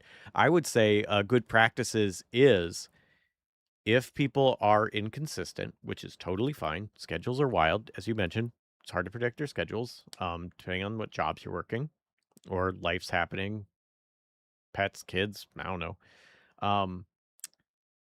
Then each player character has to give a mechanical and story reason for why they might just vanish in the middle of a thing, after a thing. They might be gone for a little while. Do they have their patron calling on the phone? Are they, from out of time? That should be baked into their backstory. And then they can create that excuse that you can use anytime they are not there.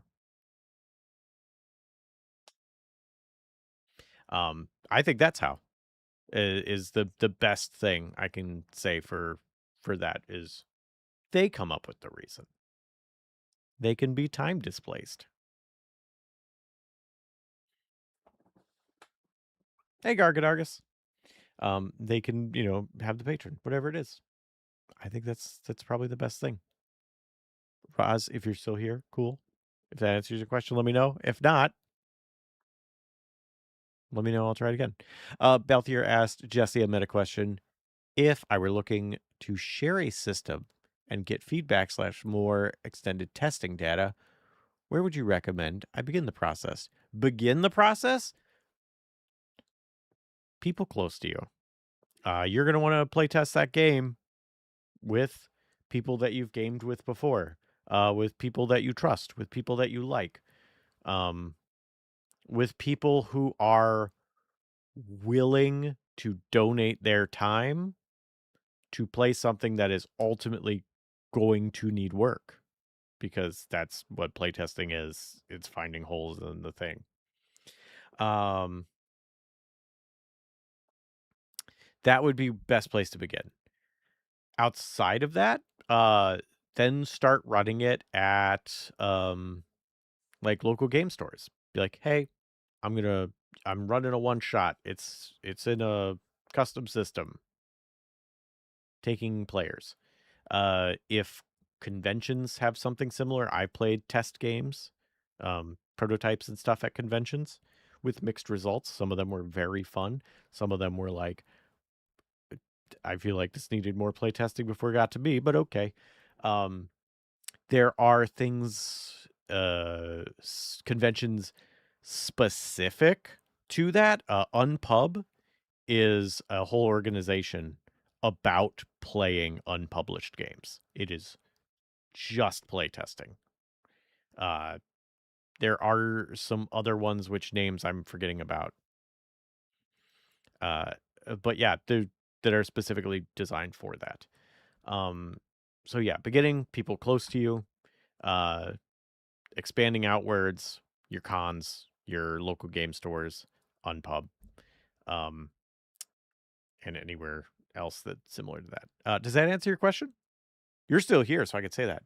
Unpub sounds perfect. Unpub's fun. I've done a few events with them, and it's really cool because it's fun to be able to like play your stuff and to just be in an environment and play other people's stuff. So yeah, keep an eye out with cons because I think there's a whole track in like PAX Unplugged and stuff that's like just playtesting.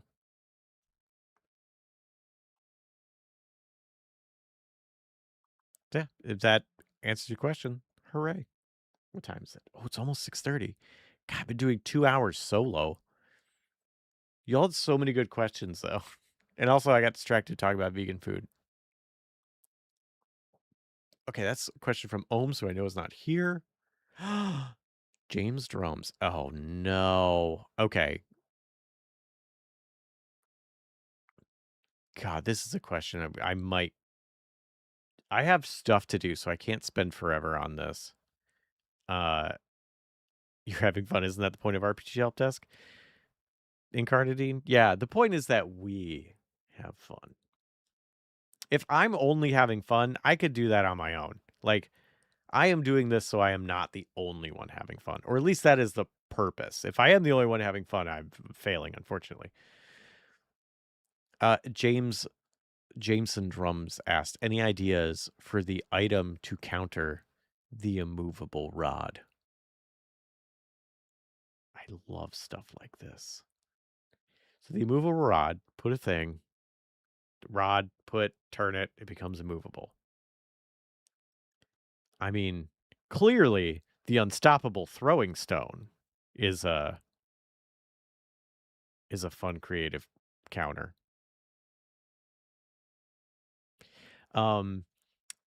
Here's a question. You have a movable rod. Okay? Got it? You've got okay. I can't show that off. I'll get distracted. Here's a coaster. You have immovable rod. Boop, it's right here. If you also have portable hole and you put portable hole where a immovable rod is, can immovable rod go into portable hole? Does that count as moving?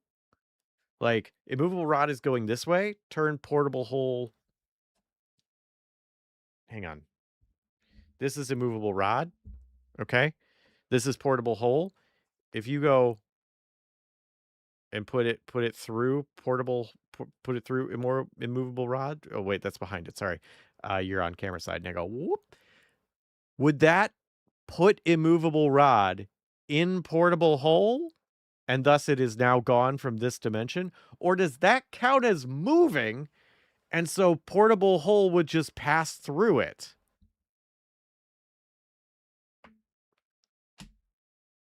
Is movement physical space? It can't just be physical space. Wait, because if you have a movable rod and you lock it, it shouldn't actually stay in front of you because you're on a planet moving through space. So when you locked it, it should go like 6,000 miles an hour or whatever speed the Earth is spinning, assuming we're on Earth.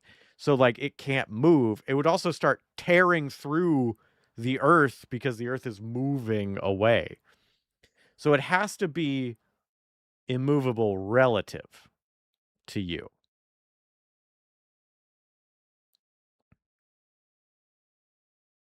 I was having fun at RPG Help Desk. Aw. Is Nick drunk? What's going on with these schedules? I think he has a bunch of stuff happening. I don't play RPGs, but I like supporting the channel. Thanks, El Rampa. I appreciate it. And you like listening. Immovable rod counter, bag of holding, bag of biting, any pocket expands to engulf it.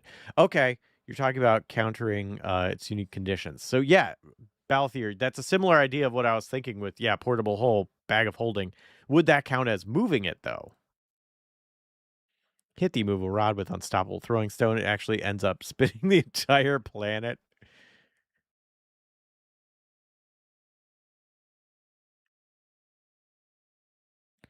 Immovable rod against what reference? I guess also, yeah, we have to read the rules of this particular immovable rod because, like, between like Pathfinder, D&D, other things, the wording is a little different. Isn't RPG Help Desk earlier in the day? We used to have Rewind every Wednesday. No, RPG Help Desk has, I think, always been 4:30 Eastern since I started. The bag is moving, not the rod. Yeah, my thought is if you put a portable hole or a bag of holding or something around it, you're essentially moving the space it's locked into. So it's not moving. I think that's a fun counter.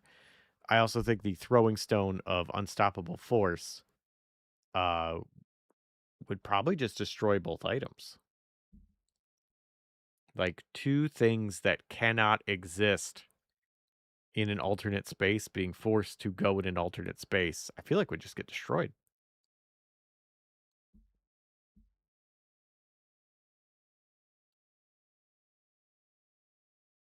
Or could they just pass through it? Maybe? Hmm. Immovable rod is dependent on an object it is attached to.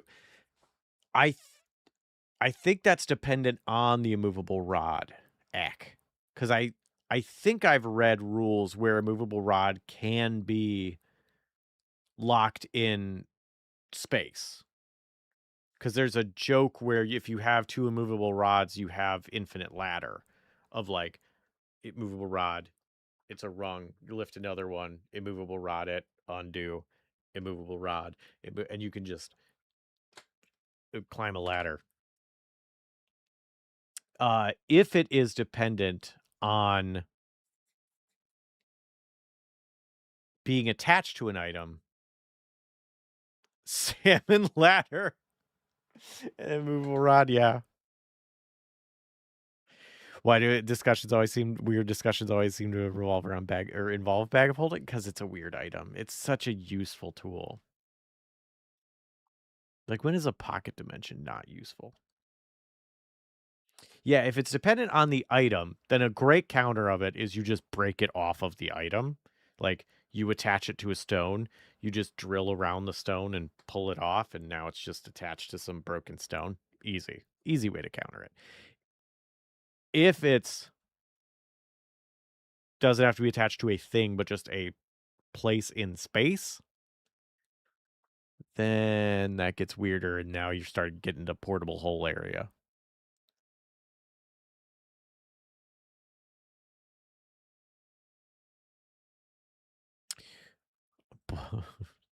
Maybe Dark Ball or Orb of Annihilation. Yeah, something that would destroy it. Good counter. Because they're not... Hang on, let me look it up. Another counter for it, it's not indestructible rod. It's immovable rod. So, like, it should have HP.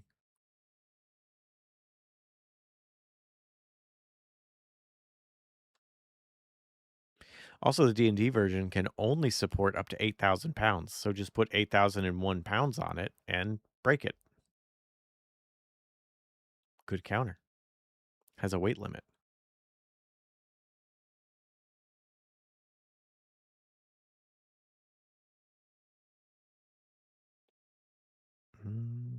This actually doesn't have like an HP value for it. Looking at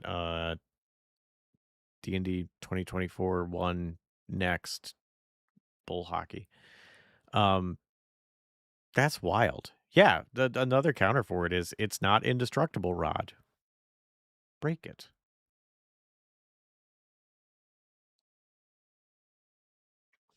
If you break it, are the pieces immovable or does it no longer function?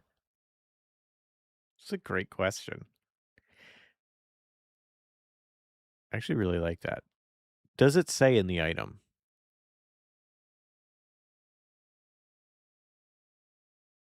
Up, down, can't move. It doesn't say. That's totally up to the DM because either it breaks and all the magic smoke lets out of it, like when a computer breaks and the magic smoke escapes. Or I think the more fun answer, it breaks, and now those two ends of the immovable rod, like it's like, like the like shower grip suction things for like getting in and out of the shower, where it's like two big suction cups with a handle. I think it breaks in the middle, and you just have two things that are permanently affixed to nothing that no one can move, and that just becomes part of the world. And maybe you can like hang stuff on them or build something off of it, but like maybe they're just immovable. The magic is not it being immovable. The magic part is making something that in this dimension is immovable movable under circumstances. When you break that circumstance, they just become immovable. I think that's the more fun answer. I should try and get Grinderbin into Idle Champions of Forgotten Realms. I don't think I have enough pull for that. As amazing as that would be, though. If anyone knows anyone at whoever runs Idle Champions or Wizards of the Coast, hey, emails on my blue sky, jesse.galena at secondwinggroup.com. Contact me. But I don't think Grinderbin or Adventures Not is big enough for that level of notoriety, as cool as that would be. We are, however, big enough for a freaking Red Dragon Inn expansion. I love that. I'm so excited. That's such a cool thing. That Adventures Not is a Red Dragon Inn. Magical items typically lose their magical functions when broken. I think that's the basic answer that I think is probably more correct, but I really like the idea of it just becomes immovable and it's permanent now. If you break it and the pieces are immovable, that's the same as it being unbreakable. But then you can't move it anymore. So you've broken the part that makes it movable. You just now have permanent handle somewhere in the world. Do you know the Extra Credits people? I've met Matt from Extra Credits at PAX East. Because of Jay and Jamate and Jess. So I met Matt, and I met one of the other people that works at the channel, and they were both very nice. They know the code name devs? Code names! I have 3 different copies of code names. I have code names Duet, and code names After Dark. Wow. Because code names is a great game. I didn't know that. That's really cool.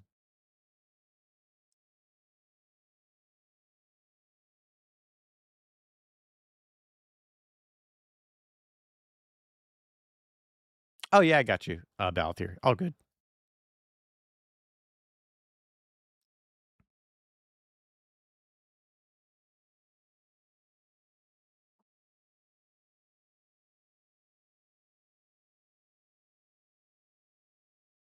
They've dropped in? The Extra Credits people or the Codenames people?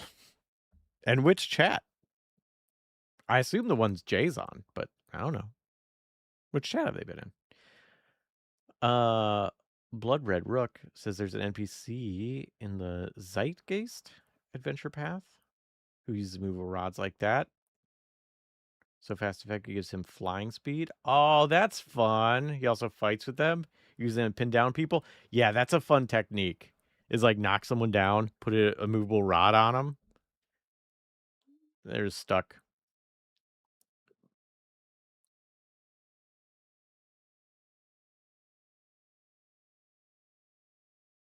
Well, Alaska is 8 hours behind you. Sweden is 8 hours ahead. Going to RP an immovable rod now until that unstoppable force that is the sun comes back up in a few hours. Cheers. Cheers, Drovo. Have fun. Speaking of my crossover RPG wish, says Ak Dragoon. You guys and Tales from the Stinky Dragon all doing a game together. I love the puppet Tales from Stinky Dragon shorts. I would love to do something with Tales from Stinky Dragon. Can I email them? Do you think if I emailed them and was like, I'm from Second Wind and I do RPG help desk. Do you want to be on it? Do you think any of them would answer me? And then we could just talk about stuff. We could talk about RPGs. That'd be fun.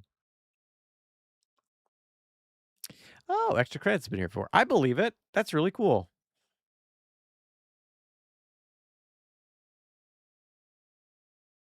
Jeff is friends with a code name Entertainment. They've been in a design club a few times. Oh, that's cool. Well, maybe I'll try and put a worm in Jay's ear about that. You'll It can't hurt to try. That's not true. It can hurt my soul when I don't get a reply, because that actually I've emailed quite a few actual play people and different folks and being like, "Hey, I do this. Would you like to come on the stream and talk about it?" And I get no reply. Probably because they think I'm too small a fish, which fair, but also it's fun to reach out to cool people. And I've also got people that have replied. Blah, oh my gosh, blanking on names. Storyteller Club with Natalie and Durs and a bunch of them. The Rolling with Difficulty. I'm having several of them on the shows. Sophia was on. Gonna have more. Very excited. Have you emailed Brennan Lee Mulligan? He seems game to hang. I feel like he would not answer my email.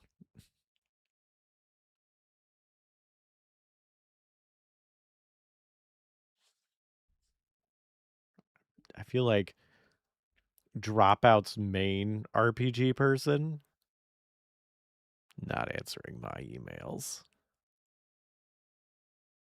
That would be cool. If you know him, let me know. I think we're 15 minutes out from what you call it, so I need to stop because Firelink has to happen. Y'all have been amazing. Y'all had so many good questions. I love talking to you all. I have a guest next week. Who is it? I don't remember. Let me look it up. Go to my very fancy Google Sheets of scheduling. What's next week? This week's the 13th. Oh,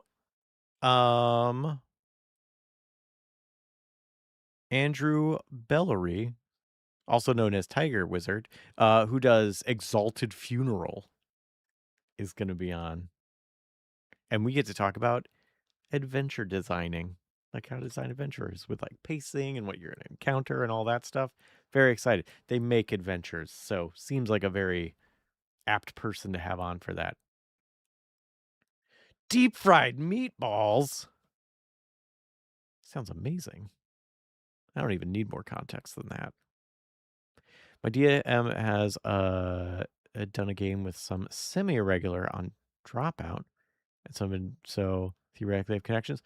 Look, if you wanna send some of those connections my way of emails or DM abilities, or someone knows to look out for you or something, or just a name I can drop in an email with some of those people, Jesse.Galena at secondwindgroup.com. It is also listed on my Blue Sky profile. If you wanted to email me and give me some of that information, I certainly won't stop you. And I certainly would email people. And then I certainly would either get ignored or they would be like, yeah, I want to be on. So if you have that connection, it's actually how Kelly from Dork Tales got on here, because Discordia was like, Dork Tales is really cool. You should talk to this person. Here's their email. And that's how I got on it. And I was like, hey, this person said I should talk to you. And they were like, yeah, absolutely. And now Kelly's been on twice and some other people have been on. And like, it's been really fun. They're good people. They rated today. So yeah, seriously, if you if Lena Loki Kun, anybody, let me just, well, that's not how I spell my email. You need to drop something my way. Go for it. I do need to leave because the next podcast has to happen. So thank you very much for coming, everybody. I really appreciate it. I hope you have an amazing day, and I hope you have a super fun time playing whatever RPG stuff you do, because I hope it's full of it this weekend. Bye, have fun.